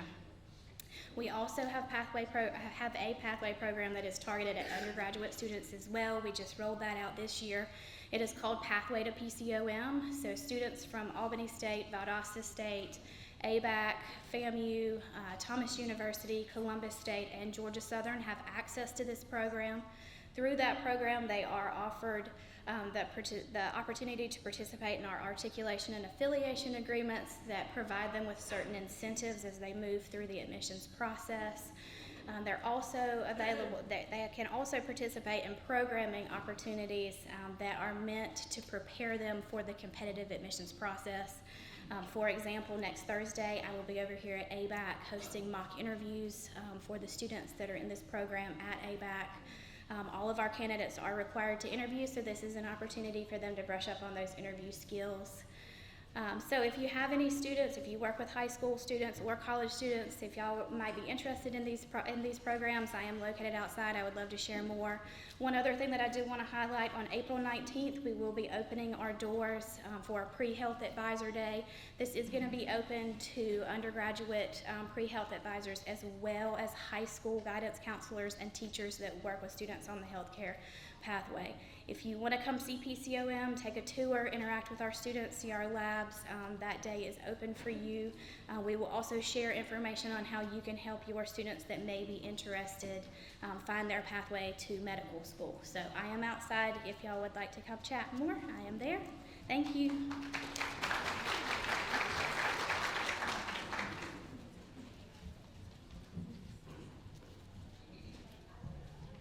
Good afternoon. We are going to tag team up here. I am Laura Calhoun. I'm the Executive Director of the Southwest Georgia Area Health Education Center. And I'm the Executive Director with Magnolia Coastlands AHEC, based in Statesboro, Georgia on DSU campus. So we get to work with both work sources down here, and I think there's a whole other one that we're probably 78 counties we cover. But two of us. Between the two of us, so we have a lot of territory to cover. Yes, but if you're not familiar with us, our mission is to increase the healthcare workforce for rural and underserved areas. We're a nonprofit. We do that through a recruit, train, and retain program. Our biggest recruit piece is sitting out here. We have Trinity Pugh. And we have Alyssa Gordon. And they are available to come to you in your schools and talk to you about health careers and your students. So reach out to them. Great resource. They have the Health Careers Manual that they use and can share with your students and how to use that real well. We also do a train piece. Do you want to talk about that? Yeah, we work in tandem or in collaboration with a number of academic organizations or institutions to help place students out into their community-based clinical rotations. So each one of us could do about 800 rotations with students a year, which is a lot. We provide housing for those students and some travel stipends as well, those that are driving quite a distance.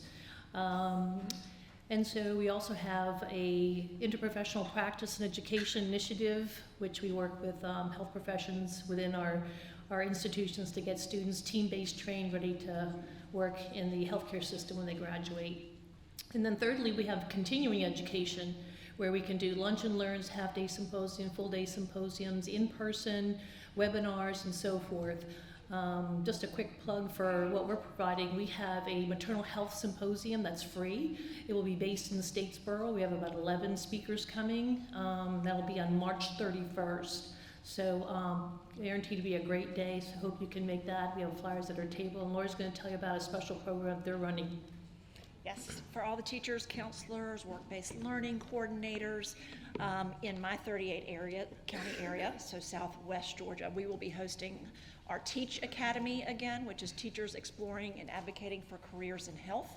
It is a 2-day workshop. We will host one at Phoebe and one at PCOM in Moultrie, and it's a great opportunity to learn about the different health careers, how to identify students that might be interested in a health career, and then how to help them through that career. So it's a lot of fun. We have flyers out there. It's limited in space, so come talk to us at our booth. Thank you.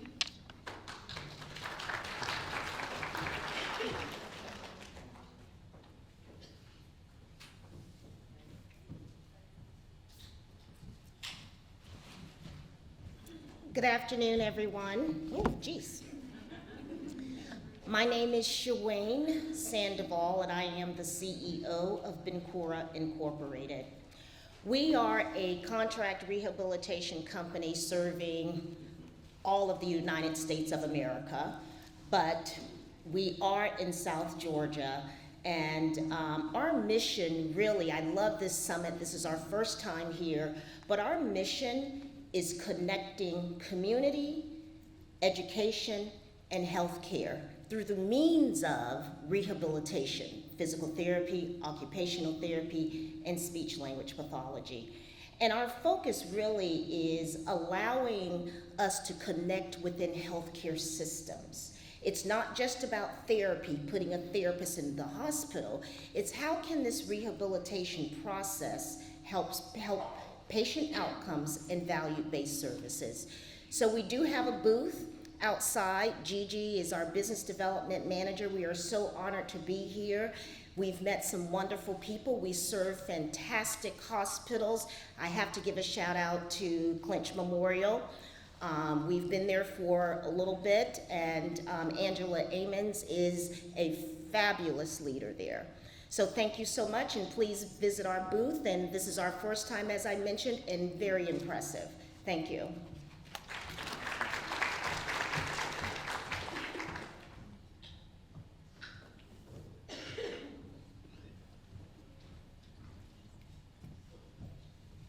Hi, we're going to tag team this too. Hi, my name is Savannah Maddox. I am with South Central Primary Care Center, and this is my partner in crime and team member, Samir Diaz. We are outreach coordinators at South Central Primary Care Center. Our mission is to provide health care to as many people in the community as possible. And to do that, we have offices in Fitzgerald all the way to Valdosta. We offer a variety of services, which include family health medicine, internal medicine, kids health, women's health, and psych and counseling for children and also adults. We're really excited to introduce our mobile unit, which is starting next Tuesday, the 28th. We will be in Nichols, Georgia at Nichols Pharmacy. So if you're in the area, stop by and see us. We will be there. Yeah, and also one of the really unique things that South Central Primary Care Center offers is the fact that we offer what is called as a sliding fee scale, which is pretty much an application for those folks in the community who do not have insurance and they need to be seen by a doctor. They'll come to the office, they'll fill this application out. It's based on their family income and family size, and we'll accommodate our pricing to them, which is a really great way to accomplish what is our mission, to get provide healthcare to as many people in the community as possible. So if you guys would like any more info or would like to get to know us a bit more, please stop by our booth. We're more than happy to speak with you guys. Yes. Thank y'all. Thank you.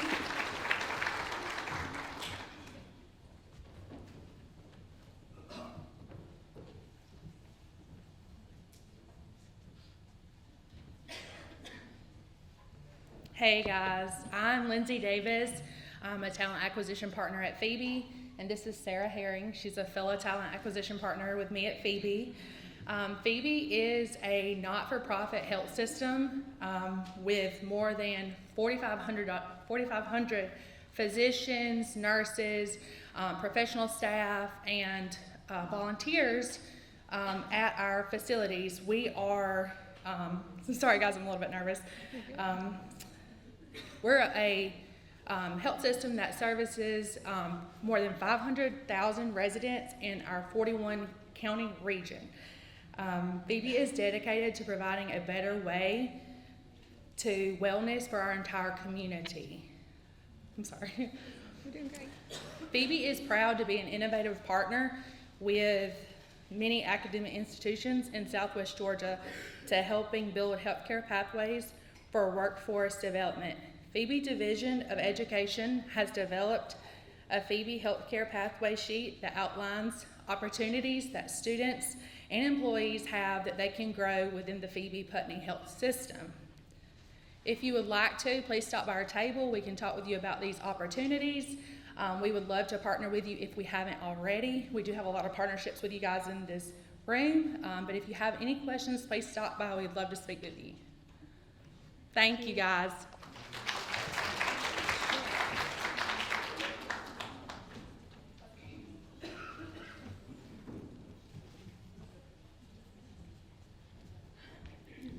I think I'm the last spender. I'm April McDuffie. I'm the Executive Vice President of Academic Affairs at Wiregrass, and I've been there 26 years, so I'm probably the last person to give a brief explanation of what we do. But I remember sitting at our first HDCI meeting. Back then, this is what this was called. We knew we had the HDCI grant. Amy came in, and we thought, what were we going to do with it? And this is what became of that. And Amy and her team has done an excellent job with getting us here for the third time, so I applaud you, Amy. If you haven't been to our Valdosta campus lately, please come by. You heard our student, Kelly, talk about the latest in the labs that we have. She didn't mention a gross cadaver that they have in Surge Tech. It's so real to life, and I'm not a medical person, so I kind of skip that OR room sometimes to see what they're doing, but it is excellent. We're very appreciative to our legislators and the state for giving us the money to build that building, and we have used it with some of our partners, with 911, with sheriff's departments, and we even have one of our local hospitals that is using our equipment and our programs for their residential programs that they have in conjunction with Mercer. They're receiving training in the latest equipment that we have at the school. So if you've not been to that campus, please see me, please see Steven or any of the Wiregrass Road back there, and we'll get you set up for a tour. We also have some open houses coming up. The first one is in February 28th, and that's on our Valdosta campus. And then we also have our Ben Hill Urban campus on March the 14th and Coffee campus on March the 21st. And these are from 5:30 to 7:30, and they're open to the general public. So if you've got students that would like to see, or you as an employer would like to see, just come and see us at that time. We have a lot of different allied health programs ranging from nursing to dental hygiene, which I'm partial to because my daughter just graduated from that program 2 years ago. And then we have everything in between, paramedic and Surge Tech, Rad Tech, Pharmacy Tech. We're thankful for each of our partners, and there are several of you in this room where you are allowing us to do clinicals and internships and practicums. We couldn't do the training that we do without you, so I'm very appreciative of that. in addition to our campuses that we have, we're also in several high schools, and I know several of our CTAU directors and some of our high school partners that actually teach for us are here. And we have worked really hard in building our allied health programs in dual enrollment.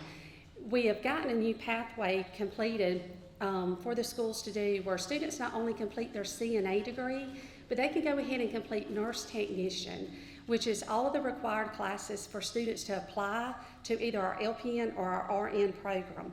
So that means that as soon as a student graduates from high school, they can apply into the program, LPN or RN, straight out of high school without waiting a year to complete all the other courses. So we're excited about that opportunity. And then lastly, I wanted to announce that we recently received our letter from ACE and our nursing body, Board of Education.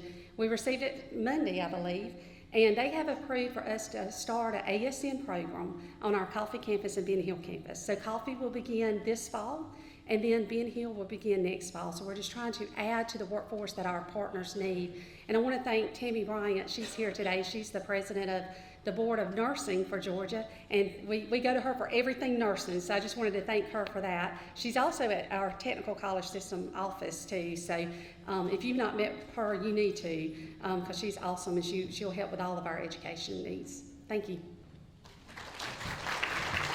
My name is Joanne Jones, and I'm the campus Chief of Campus Operations for PCOM South Georgia, so I work at the medical school in Moultrie. Although we're new to the region, we're going to celebrate our 125th year next year. So we opened our Suwanee campus in the Atlanta area in 2005, and we opened here in 2019. So this year we have our first graduating class, so we're excited about that. And on March 17th, we have our first residency match, so we'll find out where our students are going on the 17th of March. So hopefully everybody will be staying local. So it's our mission. I'm going to let all of our panel members introduce themselves, and we can get to our questions.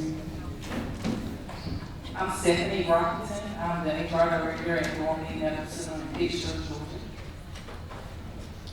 I'm Carol Edmonds, and I work in Human Resource Department at Albany area primary health care in Albany, Georgia. I'm Jim Lambert. I'm the CEO of Memorial Hospital Manor in Bainbridge, Georgia. Hey, good afternoon. My name is Greg O'Quinn. I'm the HR Vice President at Memorial Health Hospital in Waycross, Georgia. Great, thank you. So our first panel question is, in last year's summit, the K-12 educators stated they needed local hospitals, employers involved more with students. This can be through participating in career days, visiting classrooms, offering summer internships, and giving facility tours. What, if any, involvement does your organization participate in with K through 12? At Normandy, we are in partnership with our local high school, of course, and with Wiregrass on our Big Hill County campus.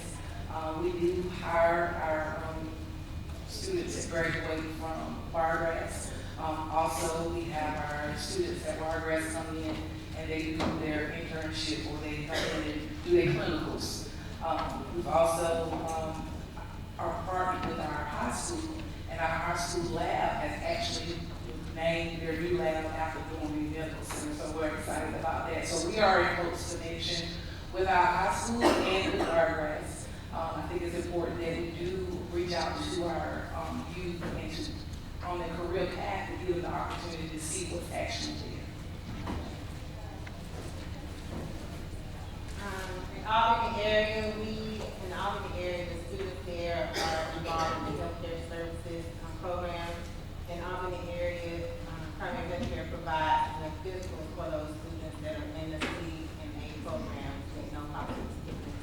And we also work with post-secondary students doing internships and things for those who want to get some knowledge-based skills to take back to the workforce.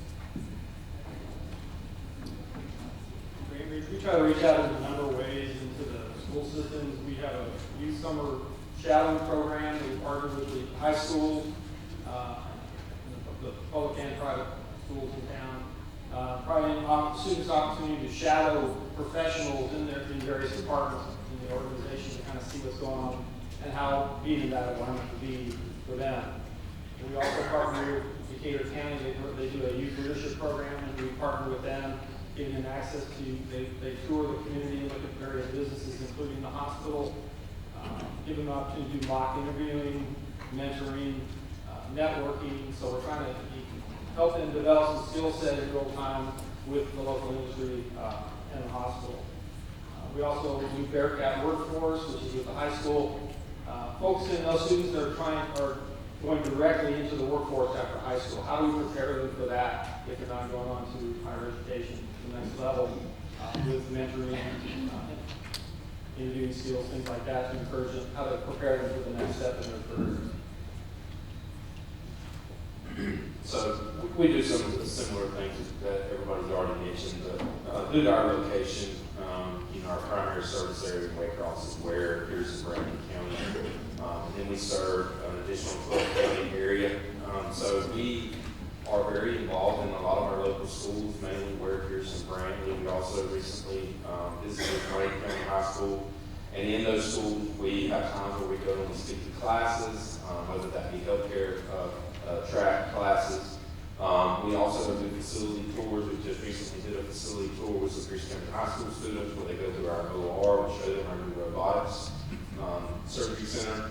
And so we have really tried to get more involved in our local schools. The one negative that we face in our hospital and with the company that we do work for now is we can only employ individuals who are 18 years of age or older. We used to have that pipeline with our local schools where we were hiring CNA students before they graduate. But we don't do that anymore, which is a bit of a negative. But we try to have a presence in these schools, and so the students know that they have an opportunity to come and work for us when they do graduate if they do not leave the area. And so we try to make sure they know what opportunities are available when they do graduate. And we do that not only in our primary service area, but our secondary service area as well. Okay, thank you. Second question is, another topic of discussion last year was how post-secondary was preparing graduates for the realistic demands of the job. What change, if any, have you seen in the last year, and what areas do you feel need addressing? I'm actually new to the facility at Normandy, been there 5 months. So I hadn't seen much, hadn't heard much. So my job is being new in my role. My plan is to partner with our post-secondary school systems and with our school. Because I truly believe that's a true partnership, and we can grow our own talent at home and to keep them there. So that would be something I can answer next time. Awesome. I think our big thing at Holiday is having employees come in with little to no customer service skills or poor customer service skills, poor communication skills. So maybe with the program to offer some type of communication course or something that will help the students be better prepared to be better communicators when coming to the workforce. Yeah, I think this is something we talk a lot about throughout the day from different people up here on the panel, to the breakout session we just had. As an employer, as a representative of an employer, somebody who interviews people, unfortunately has to let people go work for the competition. We see that it's not just young people. If people come to us and they do not have the skills that they need to do the job, whether that's communication with their coworkers, whether that's emotional intelligence to deal with a difficult situation or disagreement with a coworker, whether that's critical thinking on how they move forward with that patient or that patient care issue. We find that that's lacking in a lot of different areas now, and that's not necessarily specific to age. And so we try to make sure we'll just take, for example, real quick, new nurses. We have new nurses that come and work for us if they're straight out of college, and they're going to go through a 14, 18, or a 22-week training program where they're going to hopefully develop some of these soft skills, some of these communication methods, and they get additional training outside of their school that they're able to do before they're released to go work on the job. Before they have to deal with that real world situation in a very fast-paced emergency department with a very angry patient or family member, hopefully they've had time to develop their own skills on how they're going to handle that in the moment, rather than just putting them out there in the department to fail right after they graduate. But I don't think this is a situation that's unique to us here in Southeast Georgia. I think that we're doing our best to try and offer opportunities for folks that want to work, give them a great career path, give them a marketable wage, give them great benefits, and then train them properly. We talk a lot about preceptors and pairing them with the right person. If you're pairing these new graduates and these new employees with people who are very disgruntled and unhappy in their job, and they're going to turn out the same way. And I know sometimes it's limited because we don't have the resources to put them with someone. But I can very quickly name about a dozen of our employees who are outstanding preceptors and trainers because they come to work every day with the right attitude and with the right mindset. They truly are committed and they want to be there and do a good job. And so we have to work through those things, and sometimes they're very challenging, but we can help our new employees obtain these skills. It just takes time and it takes commitment. Not sure what I'm going to add to all that, but I think if you ask me if I've seen much change in the last year, probably not much change. And I don't know if we're asking too much of you to prepare them for the workforce. They really can't be prepared until they show up in the workforce. They don't understand the dynamics that are going on, the workload, the intensity, the family dynamics you got to deal with as a nurse, with these people coming out. So I don't know how we can prepare them any better than we are, other than putting into the clinical environment as much as possible. I mean, I know there's clinical work, classroom work that needs to be done, but you can't avoid getting in front of patients as much as we can, especially in the nursing field. It's just too intense, too different. It's not a simulation. It's real life. Families are yelling and screaming and crying, and patients don't want to get care. So we have to work together to prepare them. You've got to get them ready clinically and educationally so they can prepare to take that on. It's a tough challenge. For K through 12, I think it's just a tough road. I mean, they just don't have the skill sets that they need necessarily. I mean, can we just have them emphasize the value of showing up?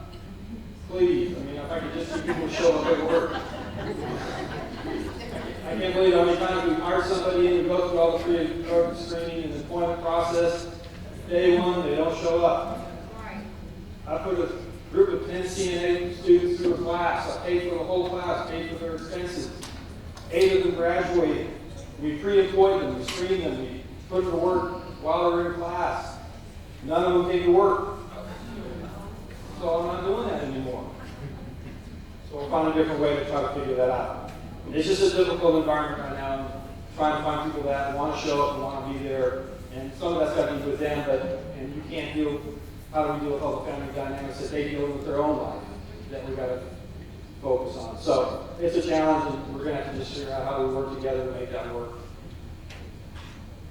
Okay. Great. So they were my 2 questions. So I need my microphones to go around all the so while we're waiting for a question to pop up, if you are a high school counselor or work in a high school and our admissions team has not been out to see you yet, please reach out to them. So not only do we really try to recruit for the medical school, but we also have lots of programs for high school students that we do on an ongoing basis just about health careers in general. So utilize us for your students. Our admissions team and our students actually would love to come out and talk to anybody. I've got a question while you guys think about your questions. So Greg, you had talked about the additional training that you do at Memorial Centilla Health. When did you start doing that, and what change have you seen, and do any of you, the other employers, have those in-house training programs once you hire somebody? That's a great question. We transitioned to ACA in 2017. We started the STAR RN program in 2018. We saw great success with it in 2018 and 19. Basically, it's a program where you grow your own. These are folks that are from this area. They're graduating from South Georgia State, Coastal Pines, Valdosta State, any AVAC, any of the schools in this area. We're trying to recruit them to come on board into this STAR RN program. We've had as many as 25 in a cohort at one time. That was in 2018 and 19. 2020 changed everything, right? So there was no more Star RN in 2020. There was a Star RN in 2021, but it was extremely abbreviated. We didn't have the time or the resources to dedicate to that. We had a Star RN cohort last year. We were able to hire 17 new nurses, a lot of them from the schools that I mentioned. But what we've seen through time, other than the 2 years that we lost with COVID, is that these people, when you bring them through these programs, there's a sense of ownership. There's a sense of commitment to the organization. We took a chance on you right out of college, and we showed them the monetary amount. This is the amount of money we're spending on you to train you, to get you up to speed, to pay for your certifications, to help you with anything that you may need to be successful in your job.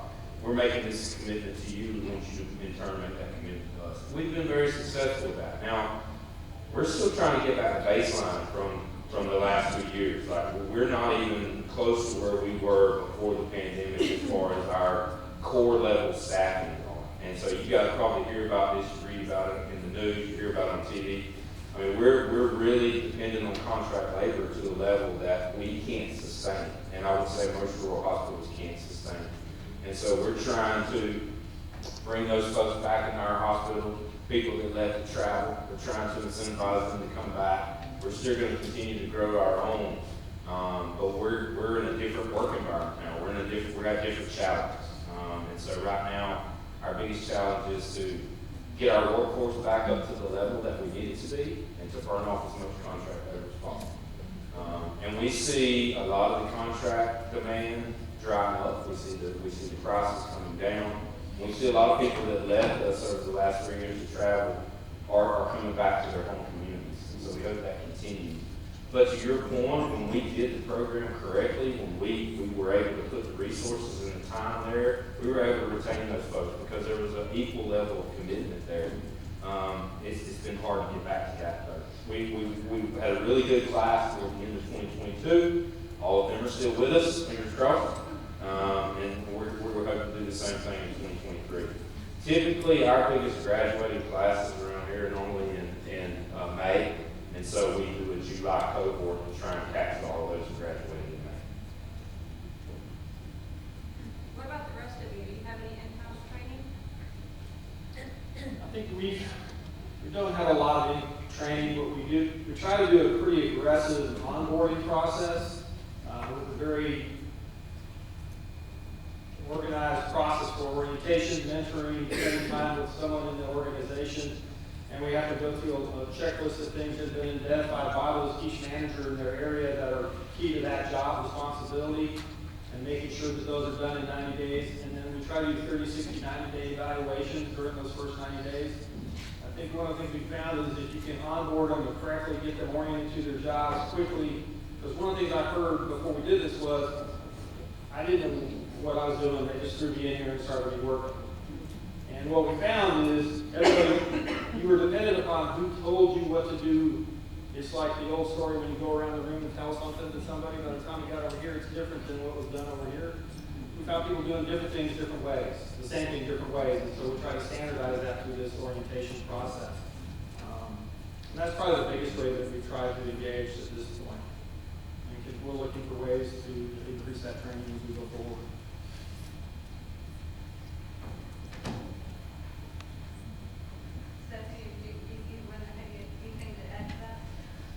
No, I know training is important, and again, I'm new, so I will be trying to implement a lot of things at Normandy. I know there's a lot of opportunities there. We have a lot of tenured nurses still, thank you, Lord.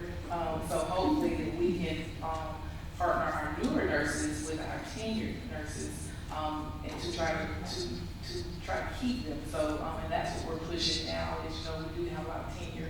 So when we do go into recruiting efforts, that we make sure that that training is efficient and that we're doing all that we can to retain them to get all the knowledge that they need. So.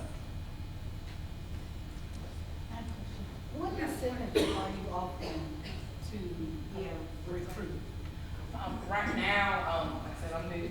I want to do a referral program, which I'm going to try to implement this year. And I don't have all details of that yet, but we also are looking at increasing different avenues of benefits and trying to look at different shift differentials and things of that sort. So we don't have anything in play just yet, but we do want to look at trying to recruit people to our hospital based on that patient-nurse ratio. You know, we're trying to do that because we are smaller. So we try to sell the benefit of that, because if you get a new nurse to come in and they're overwhelmed, then of course we may lose them. So we're looking at those measures. You asked about incentives? Yes. So I've been working where I'm at now for 11 years. When I first started working there, I didn't even know what sign-on bonus was, right? So today, everybody wants a sign-on bonus for every position. So we have been giving sign-on bonuses for RNs for quite some time, right? So around the pandemic, when it got really difficult to recruit, we started offering sign-on bonuses. One of the benefits of our hospital being part of a large organization, it's a large healthcare network, we are financially able to do some of those. We right now, we offer sign-on bonuses for RN positions, respiratory therapists, case managers, social workers, patient care techs. Almost every position you can think of, there's some type of sign-on out there. Now, there's a financial commitment that we're making, but when that person signs that commitment, they're making back to us for 2 years. So if they do not fulfill that commitment, then there's a level of repayment there based on their period of time. And we're serious about collecting that if folks don't meet their commitment. But it's a different work, it's a different environment, right? It's a different recruiting environment because these candidates know that if I don't get what I want from you, I will go down the road. And they will probably try to meet my demands if they can or not. So very competitive in recruitment. A lot of the hospitals that we work with every day, transferring patients and just working together, we're recruiting against them because we're in the same area. You go outside our front door, you go 30 minutes, and you're going to run into a lot of different hospitals. And so we want to be respectful of that. We also want to be, as I mentioned before, we want to be very market competitive with our rates. I think that's one of the things that we do much better now than we did in the past. When we make an offer, it needs to be the right offer. We don't need to try to lowball people. We need to pay them for what they're worth and what their value is. And no back and forth haggling on pay rates. This is where you need to be, and this is what we should pay you. And so have a good benefit package to offer as well. I think that's an incentive for people, especially people who may be in the workforce, have a family, that's important to them. The biggest thing that's different today than when I first started is sign-on bonuses. And almost every hospital in some way has to offer them to compete in the market today. Yeah, recruiting is getting tough. It's almost like Division I football out here right now. I mean, and I'm a guy with no NIL money. He's got all the NIL money. We're competing. No, I'm just teasing. It is a challenge. We're trying to do a lot of different creative things.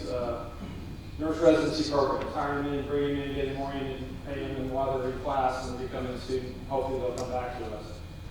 Scholarships, tuition assistance, everything we can think of. We're recruiting internationally from Bainbridge, Georgia. We're trying to get nurses out of Canada, Florida. Canada, Florida. Never mind. Australia, Nigeria, we've engaged a company. It's not cheap, but they become our employees for 3 years to fulfill their immigration offset of expenses. So, and we've done that very effectively in the lab from the Philippines, and we've got probably 7 or 8 techs from the lab from the Philippines, and we have a nice little cohort that makes it easier for them to orient and integrate into the community to do that. But you're doing everything you can, and they all know that I have a $10,000 sign-on bonus for nurses in the ICU, and I have not had one applicant ask me for that $10,000. Maybe one. They don't, that's not even getting us in the door. So I don't know what else to do. In Auburn area, we do all those things that fit. But we also do like other things, like employees, these are things, get season passes for a while events, and then they just payroll stuff that I actually like. Something that small, but people, I can get 10 season passes, and I only got to pay $30 a pay period, but I can take my family, wild adventures all the time. But So we do things like that. We also have clinics that offer Botox. And employees can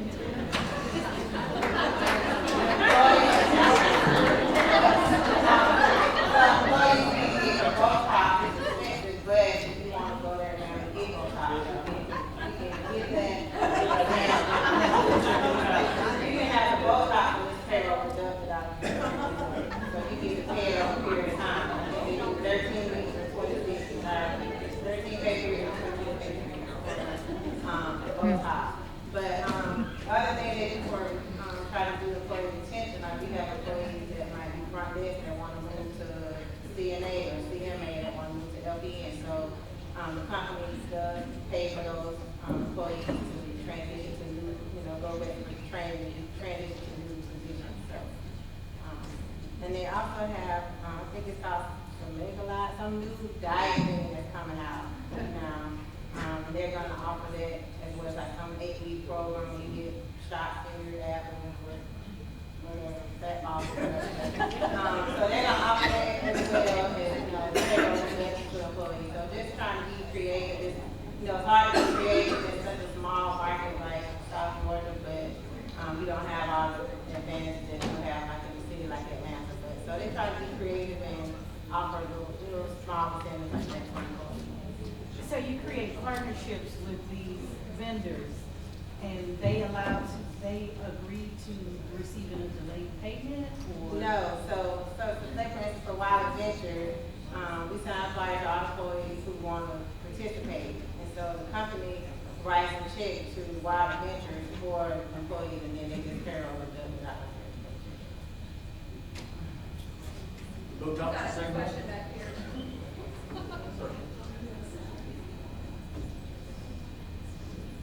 Good afternoon. I'm Peyton Dick from Fitzgerald High School College and Career Academy. I'm the Assistant CEO at Fitzgerald High School College and Career Academy, but I'm also a previous healthcare science instructor. And I just kind of wanted to brag a little bit on our partnership with Dorothy Medical Center. We've started some new things this year, and since it's new this year, we don't really know how it's going to work, but we're thinking that it's really going to help not only us, but Dorothy Medical Center. We have a freshman seminar class at our school, and all of our freshmen go through that class. As a freshman, they all take a tour of Dorothy Medical Center. We take all of our freshman students through Dorothy Medical Center. Not only does that promote our Alabama program, but it also promotes our hospital. Those kids walk through there and see things that they didn't even realize they had access to in Fitzgerald, Georgia. And they go home and they tell their parents and they tell their grandparents, hey, did you know you go right down the road? They all leave there amazed at what they have right there at Fitzgerald. Another thing that we do with Dorothy Medical Center is our concurrent enrollment, dual enrollment wiregrass classes. We take them out there for, I guess you could say internship, whatever you want to call it.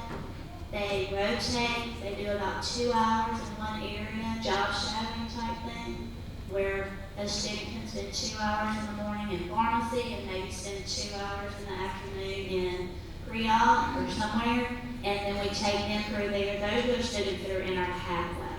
And I always leave with my kids saying, ooh, I don't want to work here. Before then, they're Fitzgerald High School kids, oh, I'm moving, I'm not staying, small town USA, I'm out of here, let's see. But then they go in there and they see things, and of course you have some hit the floor when they're in there watching the surgery or whatever, right? But they always leave going, you know what, I want to work here. And then this year is the first year that Dorothy, we too had the issue with students who used to be 18 years old. They obviously sometimes can't work a 12-hour shift while they're in high school. The Dorothy Medical Center was willing to sit down at the table with us and work out some things with their lawyers and different things. So we have some 17-year-olds working, and they're still able to go to high school. They're working around their high school schedule. Because what they said was, 4 hours with a student that could potentially be a full-time employee is worth it. So we right now have 2 of our high school CNA students for the first time working at Dorothy Medical Center. And Dorothy Medical Center is willing to put forth some money for the scholarship money to go on and get their degree in a healthcare field. in return for them coming back and working for Dormany Medical Center. So I think it's all a part of growing your own, like so many of you have said. I think it's the exposure, and I think it's all of us coming together and sitting down at the table and using the resources that you have in your community.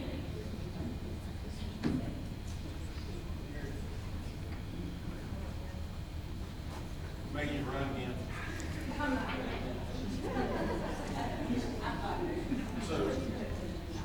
Hello, I'm Tricia Harris, and I'm not in healthcare. I'm an executive director for Family Connection. And I think that the incentive programs that I've heard you say is wonderful. My question is, what are you all doing for those diligent employees that are already existing? What type of incentive program do you have for them?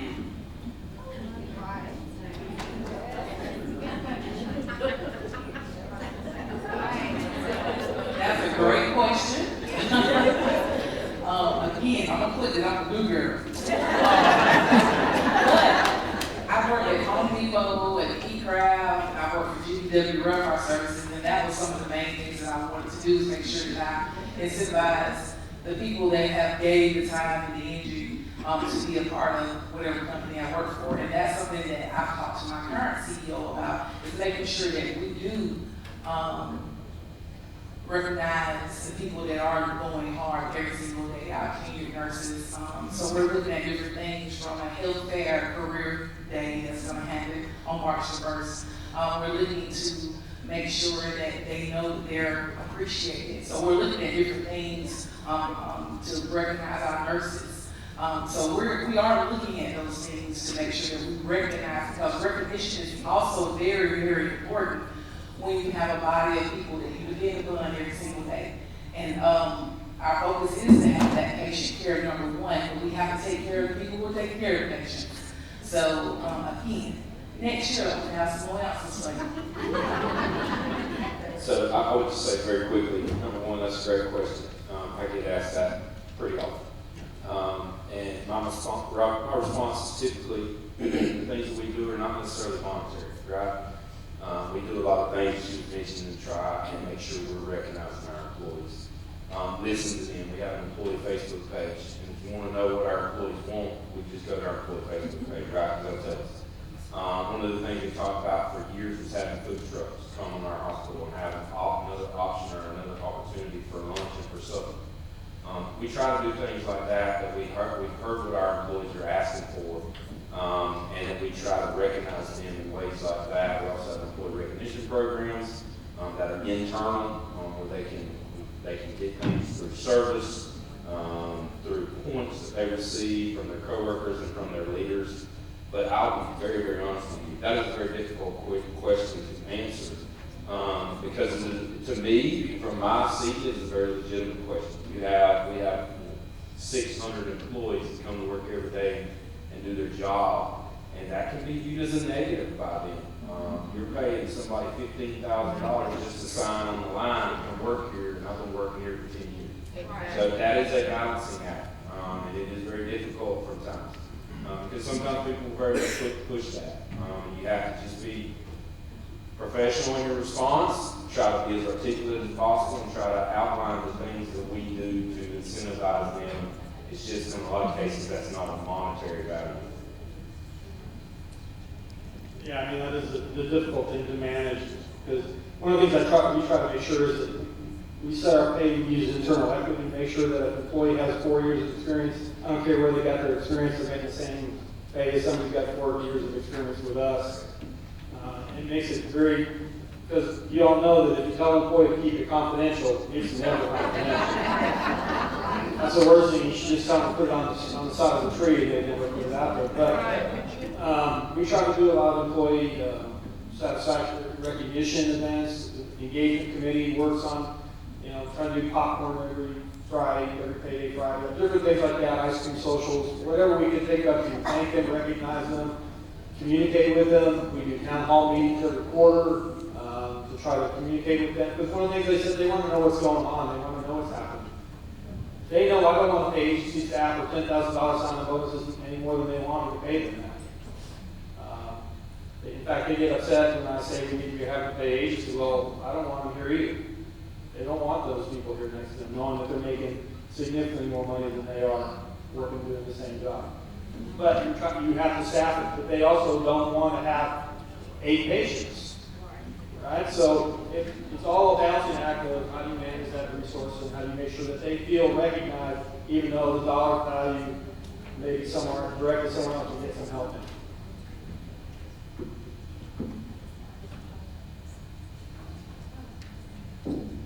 So it's a great panel. Thank y'all for assembling this group together. I've got at least 3 questions, but I got triggered there a little bit ago about a couple of comments.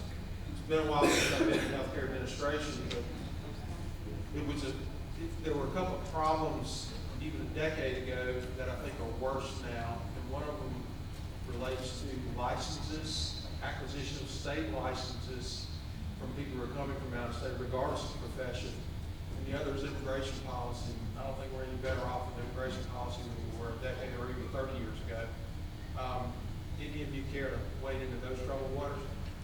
I'll just briefly mention the license. It's extremely difficult. We recruit nationwide. We have nurses that come to us from Colorado, from Delaware, from Texas, from Tennessee, all of which are compact license states. So they should be able to transfer to Georgia and use that compact license, which they do. When they change their state of residence from their compact license state to Georgia, then it makes that compact license invalid. So they're having an extremely difficult time trying to get a state, or trying to get a license through the state of Georgia. The backlog is real. They give us the same excuse that most places do these days, which will staff with enough people. But it's taking 6, 8, 10 months for these folks to get a license when they move to our state. And that's my experience.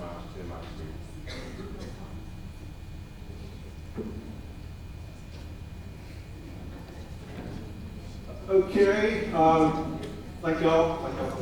Oh, did you have any fun? Go ahead.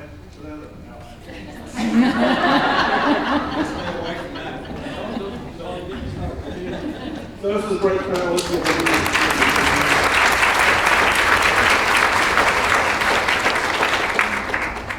Okay. Say good luck. Next, I think it's me.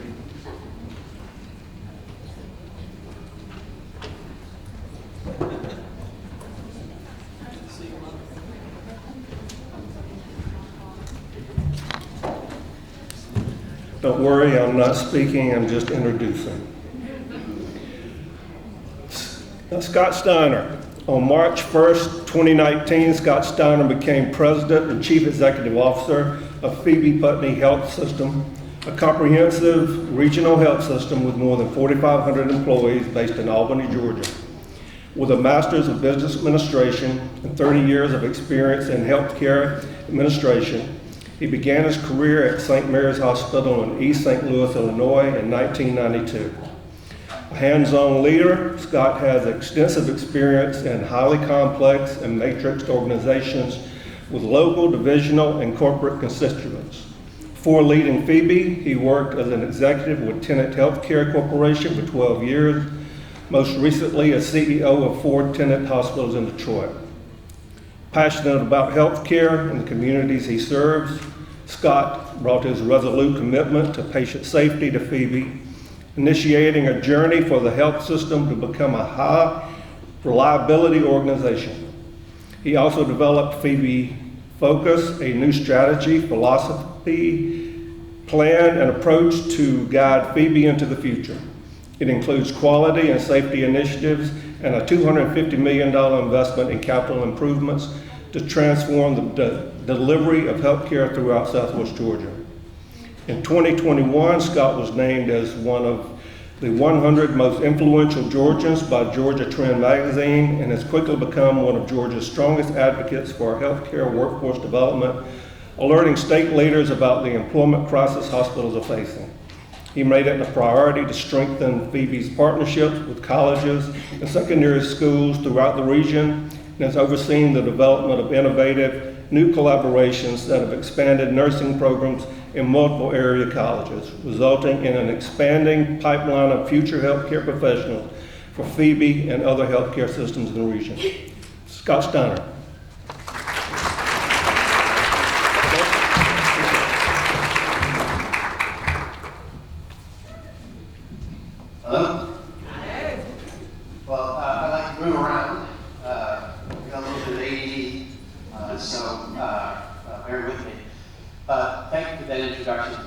long, we need to shorten that.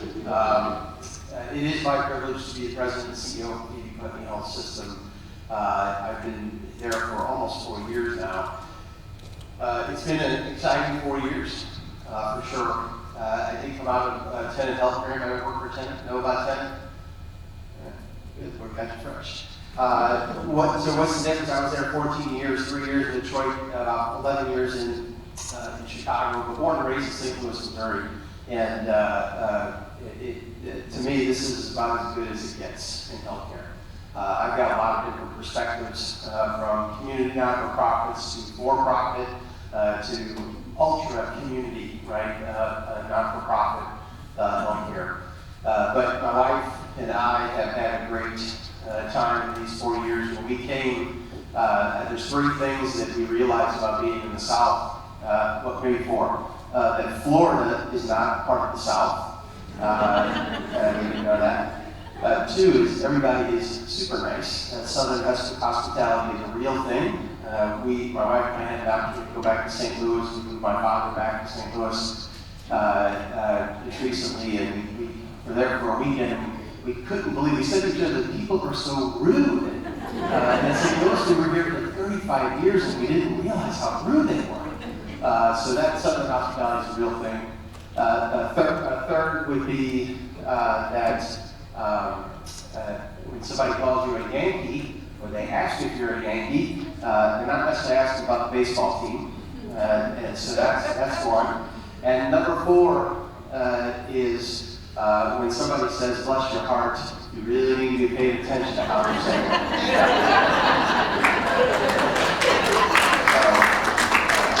I've had it a few times. And I looked at it and thought, how do you think about that? I think they weren't really concerned about my heart.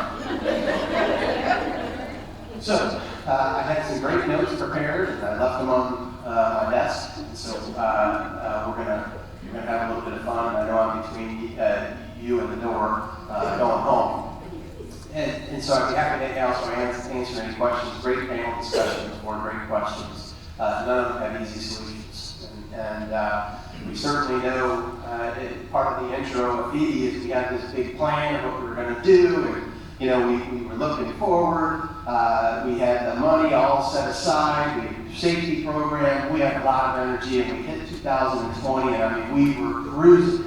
And on that plan, by the way, the last thing we were going to do, because we felt like we had to do all these other things first, was to ensure every patient had a private room.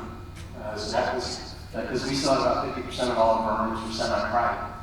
And so March 10th came 2020, and that's when we were told we had our first COVID patient.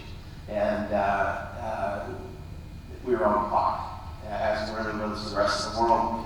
And we've been dealing with that. And I still now, but at the time I remember thinking the challenges we had in workforce were around the $25 million a year we were paying in premium pay, or extra overtime, or in contract nursing, or other contract labor, and how heavy that $25 million felt. I'd love to be back to $25 million today. And that's not to say that that's the only challenge we have. We talk about, somebody asked about retention. What do you do for your current employees? How do you keep them? How do you retain them? How do you inspire them? And that is important that we think about that each and every day. So COVID hits, and we're like everybody else. We're trying to figure it out on the fly. There's a lot of fear, a lot of worry, a lot of death, a lot of illness. People are worried about themselves. We had doctors that were, and nurses going home and sleeping in the garage because they didn't know if they were going to infect their family. So there was a lot of unknown. Remember at that time there was no testing, so you assumed everybody had COVID. So we were in a completely different world. And we might have been first in the state, but we certainly weren't last, and that came to the rest of our state and the rest of our country. And now you fast forward 3 years almost. And that in 2020 we spent $40 million in premium pay, and in 2021 and 2022 combined we spent $200 million in premium pay. $200 million. That is a lift. And healthcare, I didn't come I worked for tenants for 14 years, and I spent almost all 14 years worried about my budget, right? Tenant is a for-profit organization. They have investors. You can go buy a share of their stock. So my job was to make sure we hit budget every month. What I found at Phoebe is, right, while that is there, it is important. What's most important is that we care for our community. We did that during COVID, and we really pivoted because with that weight of premium pay, we will not be able to, it is unsustainable. One of the guests said before I said that, it is an unsustainable model. Today we are only able to do that because we have savings. It's just like your home. Running a hospital is exactly the same, just bigger scale. We're about $900 million. It is money in and money out. And hopefully at the end of the year, you've got enough money that came in. You can take a trip, you can fix your roof, you can have an addition, you can send your kids to school. The hospital is no different. Last year we lost $70 million, and we can only do that because we took it out of our savings account. We have not laid off or furloughed a single person, and in fact, in 3 years, we have given out more than 9% across the board raises. 3 years of bonuses, more than $2,000. We're getting ready to do another raise. We increased our minimum wage at PD from before, which was for the state, which was $7.25 to $10 an hour just before COVID hit, and we'll be hitting 13 this year. Still not enough. Still not enough. But we need to get to a living wage. But the challenge is, right, where do those dollars come from? And that's the part of healthcare, honestly, I'm being paid to, and CEOs are paid to do, but I get the least out of myself. Right? That doesn't feed my soul. Making budget doesn't feed my soul. That's why I'm no longer with Tenet Healthcare. We're misaligned. What feeds my soul is how do we heal our community? How do we shift from a sick care model to a true healthcare model? How do we serve people that feel like they've been marginalized? And today, how are they no longer marginalized? So there's quite a bit of work that we're doing, but there's just so much more that we need to do. And what I would tell you,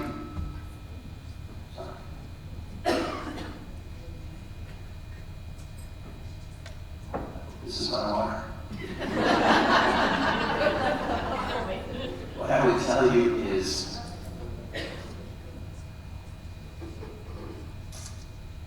COVID has brought a tremendous amount of misery. It has affected people in this room, your families, loved ones, personally. But we needed a change in healthcare, in society. We needed it to flip us on our head, to think of things differently.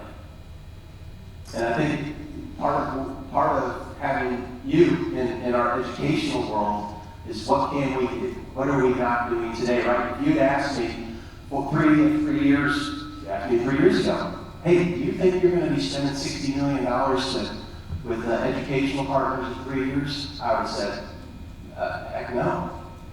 We've got plans. I got plans for that $60 million. But here we are today. We've invested more than $10 million in local universities, technical colleges, high schools. We went to Fort Valley State University, who didn't have a nursing program, and said, would you please start one? And they're going to do that, knowing the first nurse will not graduate for 7 years. 4-year program, taking 3 years to get up and running. But we wrote them a $250,000 check to get that going. Probably not the smartest check I ever wrote, right? Tenet would have said to me, hey, what's our return on that investment? And is it going to take 9 months or less? Right? That's how I could spend money in Tenet. That's the difference, I think, when you get healthcare systems that are community-based. We make the decisions we live in the community, right? I live in the community. My board does, my physicians do. So when we make decisions, one, we can put them into play pretty quickly. And two, they're for our neighbors. This is people we go to church with, we shop at the stores with. And that's what makes it special. That's why I say it doesn't get better than this. It doesn't mean that it's easy. It doesn't mean that we're perfect. But it is pretty cool, and I think COVID has accelerated our need to innovate. And we did that with Fort Valley State, with Georgia Southwestern, with AVEC, with Albany State, Albany Tech. I'm sure I'm missing someone, but high schools, you know, we just hosted a high school of, and maybe you can help me with this. We had 8th graders, about 30 8th graders from Lee, anybody from Lee County school system? And so I got to go talk to them, but the thing was about, you know, the theme was communication, and so, you know, they're 8th graders, I'll tell you, I'm much better with elderly than I'm with kids. I can barely raise my own 2 kids than hearing from a bunch of 8th graders. But I did it, and you know, talked for 15 minutes about communication, leadership, blah, blah, blah. And I said, you know, any questions? And I had 8 questions. Did anybody know what those questions? Anybody guess on what those questions were? How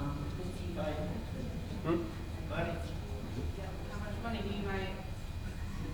Every single question. How much money do you make? And I thought, man, like if I had ever asked anybody that, my dad would have just pounded me into the ground. I couldn't even ask my own parents what they made. Second question, what does the anesthesiologist make? Okay. Third question, what does the traveling nurse make? I mean, that won't hurt my heart. That won't hurt my heart what a traveling nurse makes. Like, and I said, is that a career you're interested in? She said, yes. Holy cow. Traveling nurse is now a career. I guess it is. I guess it is. Back to, why won't you tell us what you make? Somebody, I just didn't have a good response. It really caught me off guard. Again, I don't do good with 8th graders. And someone said, you should have just said, let's do LeBron James. That's what I should have said. Right? But I don't know, maybe I was expecting too much out of 8th graders. You know, maybe not an intellectual question, but I thought it said something, right? And that goes to kind of who we're having to bring on these days, is people interested in the pain. I get it. I'm interested in my pain. Right? We're all interested in our pain. It's how we support our families and do what we have to do. It is absolutely important. The challenge is in healthcare, our system isn't made for that. Right? It's not made for that. If Home Depot decides tomorrow they want to give everybody a 25% raise because they deserve it, because they're whatever, how do you think they get that money back? They increase prices, right? They just go in and say everything we have, 25% more, 2x4s, nails, whatever it is. Right? Healthcare, we can't do that. Our rates are fixed. Medicare and Medicaid tell us what they are going to pay. And so that, for us, that's 65% of the business. How much for y'all? About the same. About the same. And then about 10% of the folks that walk through the door, they don't have any insurance source, we call them self-pay or charity. And so that leaves 25% of people who have commercial insurance, probably like most of you. And so that, and even with commercial insurance, you can't go and say, we're really, you know, inflation's killing us. The Georgia Power is 10%, our utility costs. Right? You can't do that. So it's just different. Not asking for your sympathy, I'm just saying it's a different industry and how it's a bit like we're squeezing the balloon. But again, back to COVID. It has required us to set finances aside. It's required us to think and invest in different ways. The first thing we did on our list, is this going out and out? No. First thing we did on our list was to, guess what? 300 rooms. Happened 2 weeks into COVID, every patient had a private room. Yeah. We took money, we took that $250 million, and we said we need to help build a nursing capacity. Because there's not enough slots. I heard somebody from the University of Georgia, 6 months here, somebody from the university system put a report together that said the state is short 660 nurses. The state. I couldn't believe it. I thought, what? I don't know what he's looking at. We had 240 openings ourselves. Georgia today is 28,000 nurses short to be at the national average of nurses per capita. 28,000 to be at the national average. If we want to go to the top 10, we're going to need more like 45,000 nurses today. The Georgia Chamber said the healthcare today is 100,000 positions short. And by the way, a nurse can start at about $65,000, $70,000. That's a starting pay for a nurse. And then they get all the overtime they want. You know, whatever shift, we're very flexible. Very flexible. So we've had to do things like partnerships with Albany Tech because there's not enough nursing slots. There were 4,400 kids in the university system that wanted to be a nurse last year, wanted to go into education. They were qualified. They had the grades. They had everything they need. There wasn't a slot. We got to find the slots. And so we've invested $50 million, $55 million, cost of everything's gone up, to build a nursing school in partnership with Albany Tech. Right across the street from the hospital that's going to add 200 new nursing slots in the fall of 2024. So summer of 2026, we're hoping, right, we're going to hire 200 nurses. Jim's going to be up there sending his recruiters to Albany. And, I heard about Fitzgerald down there. We're coming to Fitzgerald. We all do it, right? But we've got to think that way as a state and what an influence you all have. Our job, my job isn't to make the budget today. My job is to inspire. We can build nursing schools and we can make investments and we can hand out raises. All that is great. But we got to keep thinking of what's next in front of us. It's how do we inspire those kids? And so we're going to take $1 million and we're going to try to figure out how to get into middle schools and high schools and inspire kids that maybe never thought about healthcare as a career. And so we were designing this, maybe it was not AI, but what are those goggles you put on your face? VR. Maybe. Maybe we get about 50 of those and you go in, you get a big cool looking van and you drive up and make it like a party and it sounded great. I'm old. So it sounded pretty cool to me. And so we said is let's go to SCAD in Savannah and contract with them and have a bunch of 18, 19, 20-year-olds actually do the work because we're going to pay them. And that's part of their class, and they're going to develop a program of how do you connect, with middle schoolers and high schoolers. And how do we innovate and how do we inspire them to think about a career in healthcare? Because I know in Albany and Dougherty County in Southwest Georgia, in Bainbridge, there are kids sitting in 6th grade, 7th grade, 8th grade today that they just don't have that maybe inspiration at home. And I'm hoping they have it in their school through their counselors or their teachers. But I imagine y'all are overworked too. Anybody not overworked? You're overpaid and underworked? Anybody that way? You're probably suffering too. People are leaving the field. Right? Burnout. But we're going to go to SCAD and we're, by this, late this spring, we're going to have something we can go back and invest $1 million and then take it to our schools and try to assist our educators in showing young people that this could be a career. It doesn't have to be a doctor or a nurse. It can be a respiratory therapist. It could be a CNA. It could be IT. We employ 100 people in IT. I tried to, with those 8th graders, I tried to connect with them. And I thought they'd get excited about it, that we have 2 positions that they only work in cybersecurity, and I threw out the dark web. And they were unimpressed. But we do, right? So there's so many different things in healthcare that we can provide, and we're all the economic engines, just like education is. Our communities can't survive without it. So that's what I'd ask you is to ensure that if you've got an idea, talk to your healthcare institution, whether it's a hospital, an FQHC, a physician's office, a nursing home. They're interested in talking about it. I'm interested. That's why at Fort Valley, they said, I think we maybe start a nursing program where I've got my checkbook out. And I was like, how much? We're desperate. Yeah. That sounds a bit weak, right? That sounds a bit infirm, right? I should be saying, well, we got this under control. But we're desperate because if we have another year like last year and another one, it's unsustainable. And so what happens is then the communities are impacted, and what you start doing is you start looking at, just like you, every program. I went to our community college, and I know we've got Wiregrass here, and who am I missing? SRTC. Technical colleges told me, you know what it costs? We lose money on every nurse that we educate. We lose money on every nurse that we educate. But we make it up in other degrees, and it balances out. I never do that. Never do that. And the technical colleges this year are being faced with having even budgets, right? Have no increased budgets from the state. How involved are you with your state? Anybody, you get out, anybody get taken to Atlanta, go talk to your legislators locally? Please do that. They're up there right now they're in session, making your decisions and our decisions.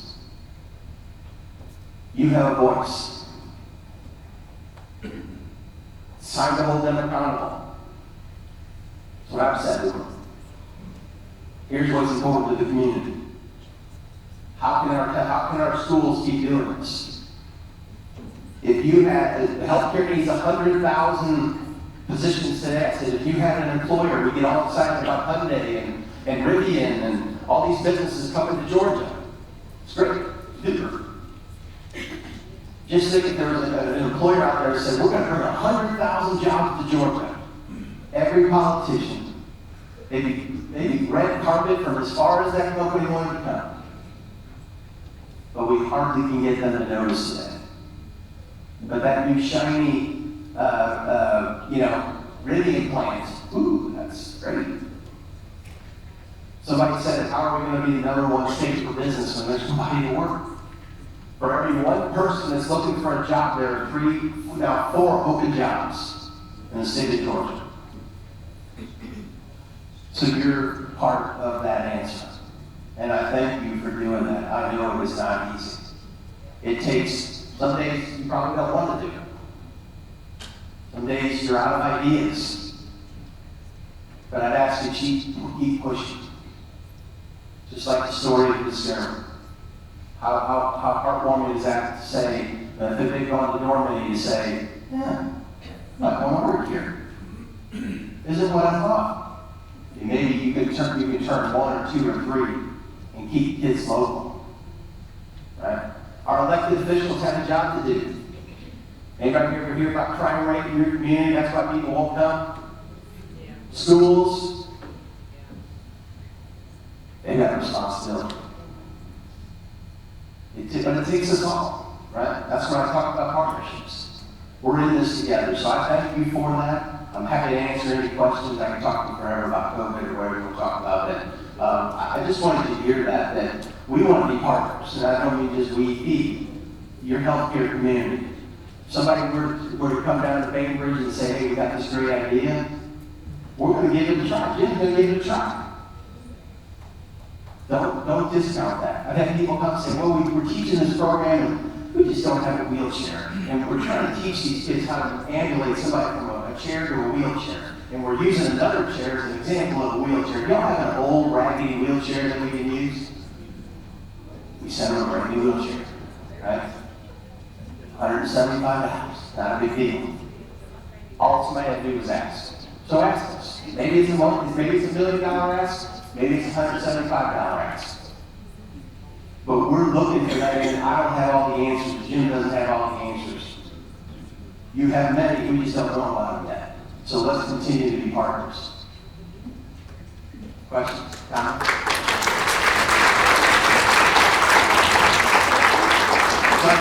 Thank you for the opportunity. I wish you well. And if you have any questions going forward, but otherwise, You have any questions? Send them away.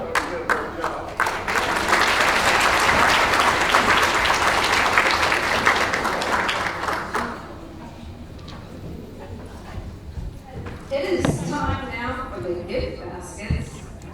Has everybody turned in their vendor cards? Anybody need to hand them to me? Okay.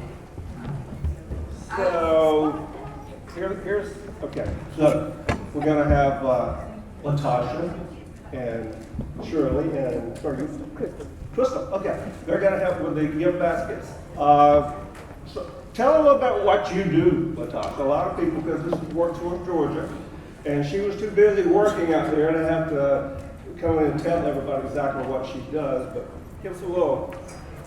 Good afternoon, everyone. My name is Latasha Marshall. I am the Business Services Consultant with WorkSource Southwest Georgia.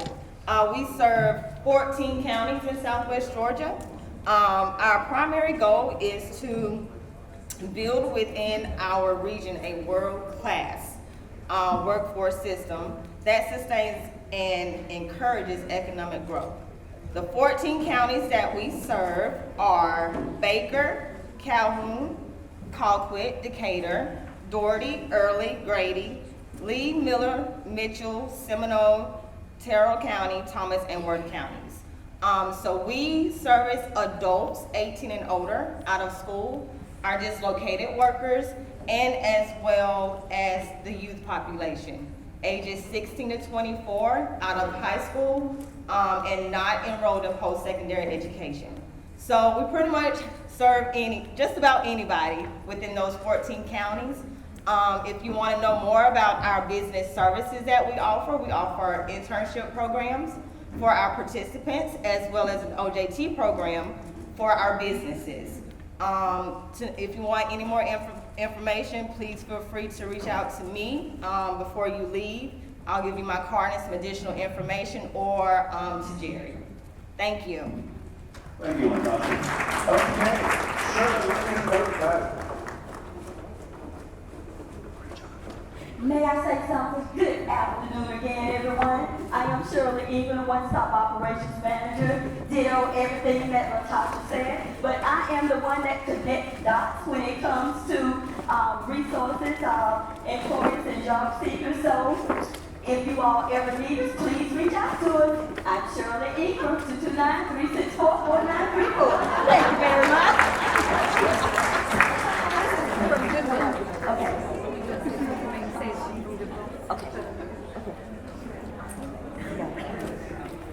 Okay. Okay. The first basket, can y'all hear me? Okay, it's from Goodwill. And the winner is it Shannon Danforth?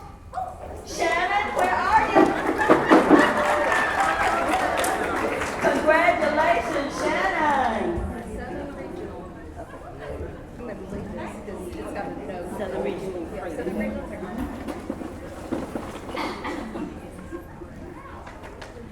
Okay, the next one is from Southern Regional. And the winner, Lorena Cowan. Lorena, going once? Lorena? Okay, there she is. Okay. The next one is Baker County Hospital. Right? Bacon. Huh? Bacon. Bacon? Bacon. Okay. Excuse me, correction. Bacon County Hospital. Okay. The winner, Elisa Gordon. Elisa, are you here? Alyssa? All right, Alyssa. That's right, girl. Get your gift. This is Phoebe.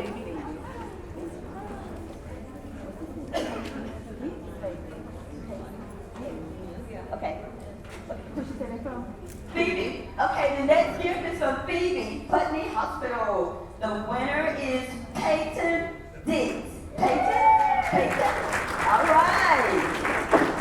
This is Sawega AHEC. Sawega AHEC. Okay. The next one is from Sawega. The next three. AHEC. The next three gifts will be from Sawega AHEC. The first winner.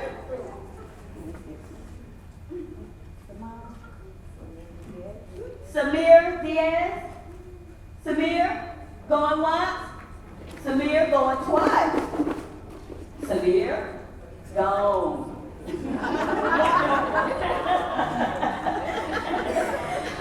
Okay. We have Savannah Maddox. Savannah, are you in here? Going once? Are they outside? I think that's one of the Okay. All right, what do you say? Okay.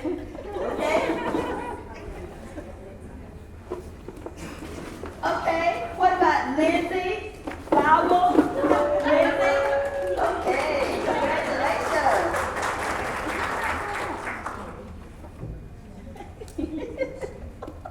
Okay, Tracy Hill. Tracy, oh, there's Tracy up to your left, on my left. Okay.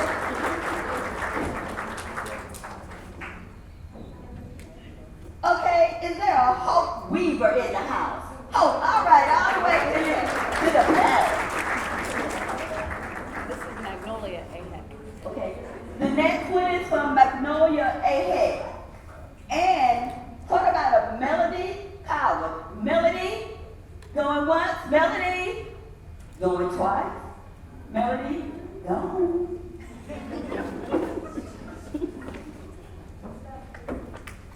Okay, LaToya Davis, are you in the house? Congratulations. We have Unite Us. Unite Us. Okay. The next gift is Unite Us. And that is a Casey Davis. Casey, all right. Y'all twins, you have to get them gifts, didn't you? The next one is Clinch Memorial Hospital. No last name. Kiara, New Georgia Project. Kiara, thank you. Another one for Phoebe. Okay, the next one is from Phoebe. Melissa Culpepper. All right, Melissa.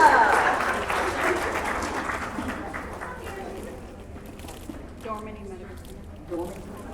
Dormany Medical Center. Okay.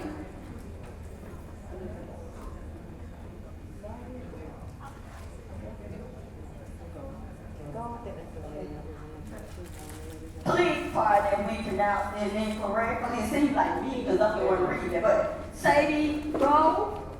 Sadie? Going once? Sarah Gove and Sarah. It's Sarah. Okay, Sarah's gone? Yeah. Gone. Okay. Who we have? Okay. Wanda Dorsey. Wanda. These three, we have three. Bacon County Hospital. Bacon County Hospital. Bacon County Hospital, the next three gifts. Okay? Shannon Jones. Shannon. Okay. Everybody over here winning. Did you all put your names in? Hold on. Let me mix it up. Yeah, mix it. Check that baby up. What's going on over here? You pull me away. Come on, let's get this side over here. Thank you. The price is right. Okay? Karen, is it Kinsey? Karen? Everybody on this side, move to that side. That did not work. Okay. Brianna, Giles, Brianna. Gillis, there you go, Brianna. Okay. This is from Wiregrass. Okay, from Wiregrass. Can I borrow that, please? Okay. Well. I need it, Miss Felicia King.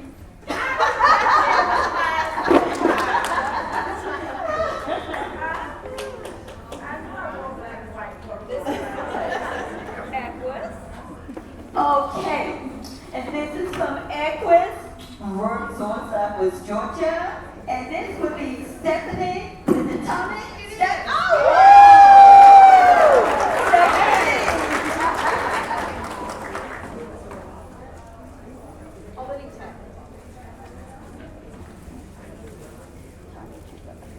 Okay, you said Albany Tech? Yeah. Okay, from Albany Tech, Miss Tanya Trubley.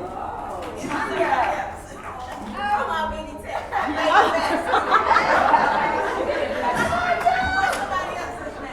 Okay, guess what? You have a second chance. There you go. see the lucky winner. Kelsey, Tab, Kelsey, all right, there's Kelsey.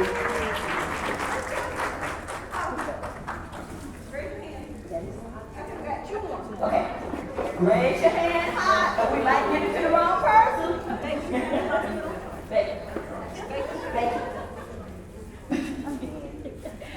Macon County Hospital, okay. Let's see. Kelly, registered. Kelly, over here. Jerry, right here to your left. Kelly. What's the last one? Okay, Goodwill. From Goodwill. Yolanda Hamilton. Yolanda Hamilton.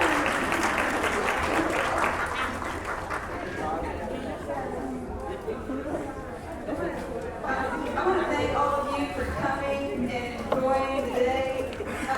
We'll be sending out a survey, and there's two important things about the survey. One is that we really need you to take the survey. The second thing is that we really need you to be honest on the survey. Tell us what you liked, what you didn't like, what you want to see, what's missing, because this is not our summit, this is your summit. So your feedback is very important. I appreciate your time. Thank you to all of our sponsors, to our vendors, to our people who gave the gift baskets, and those that are on the working group to make this happen.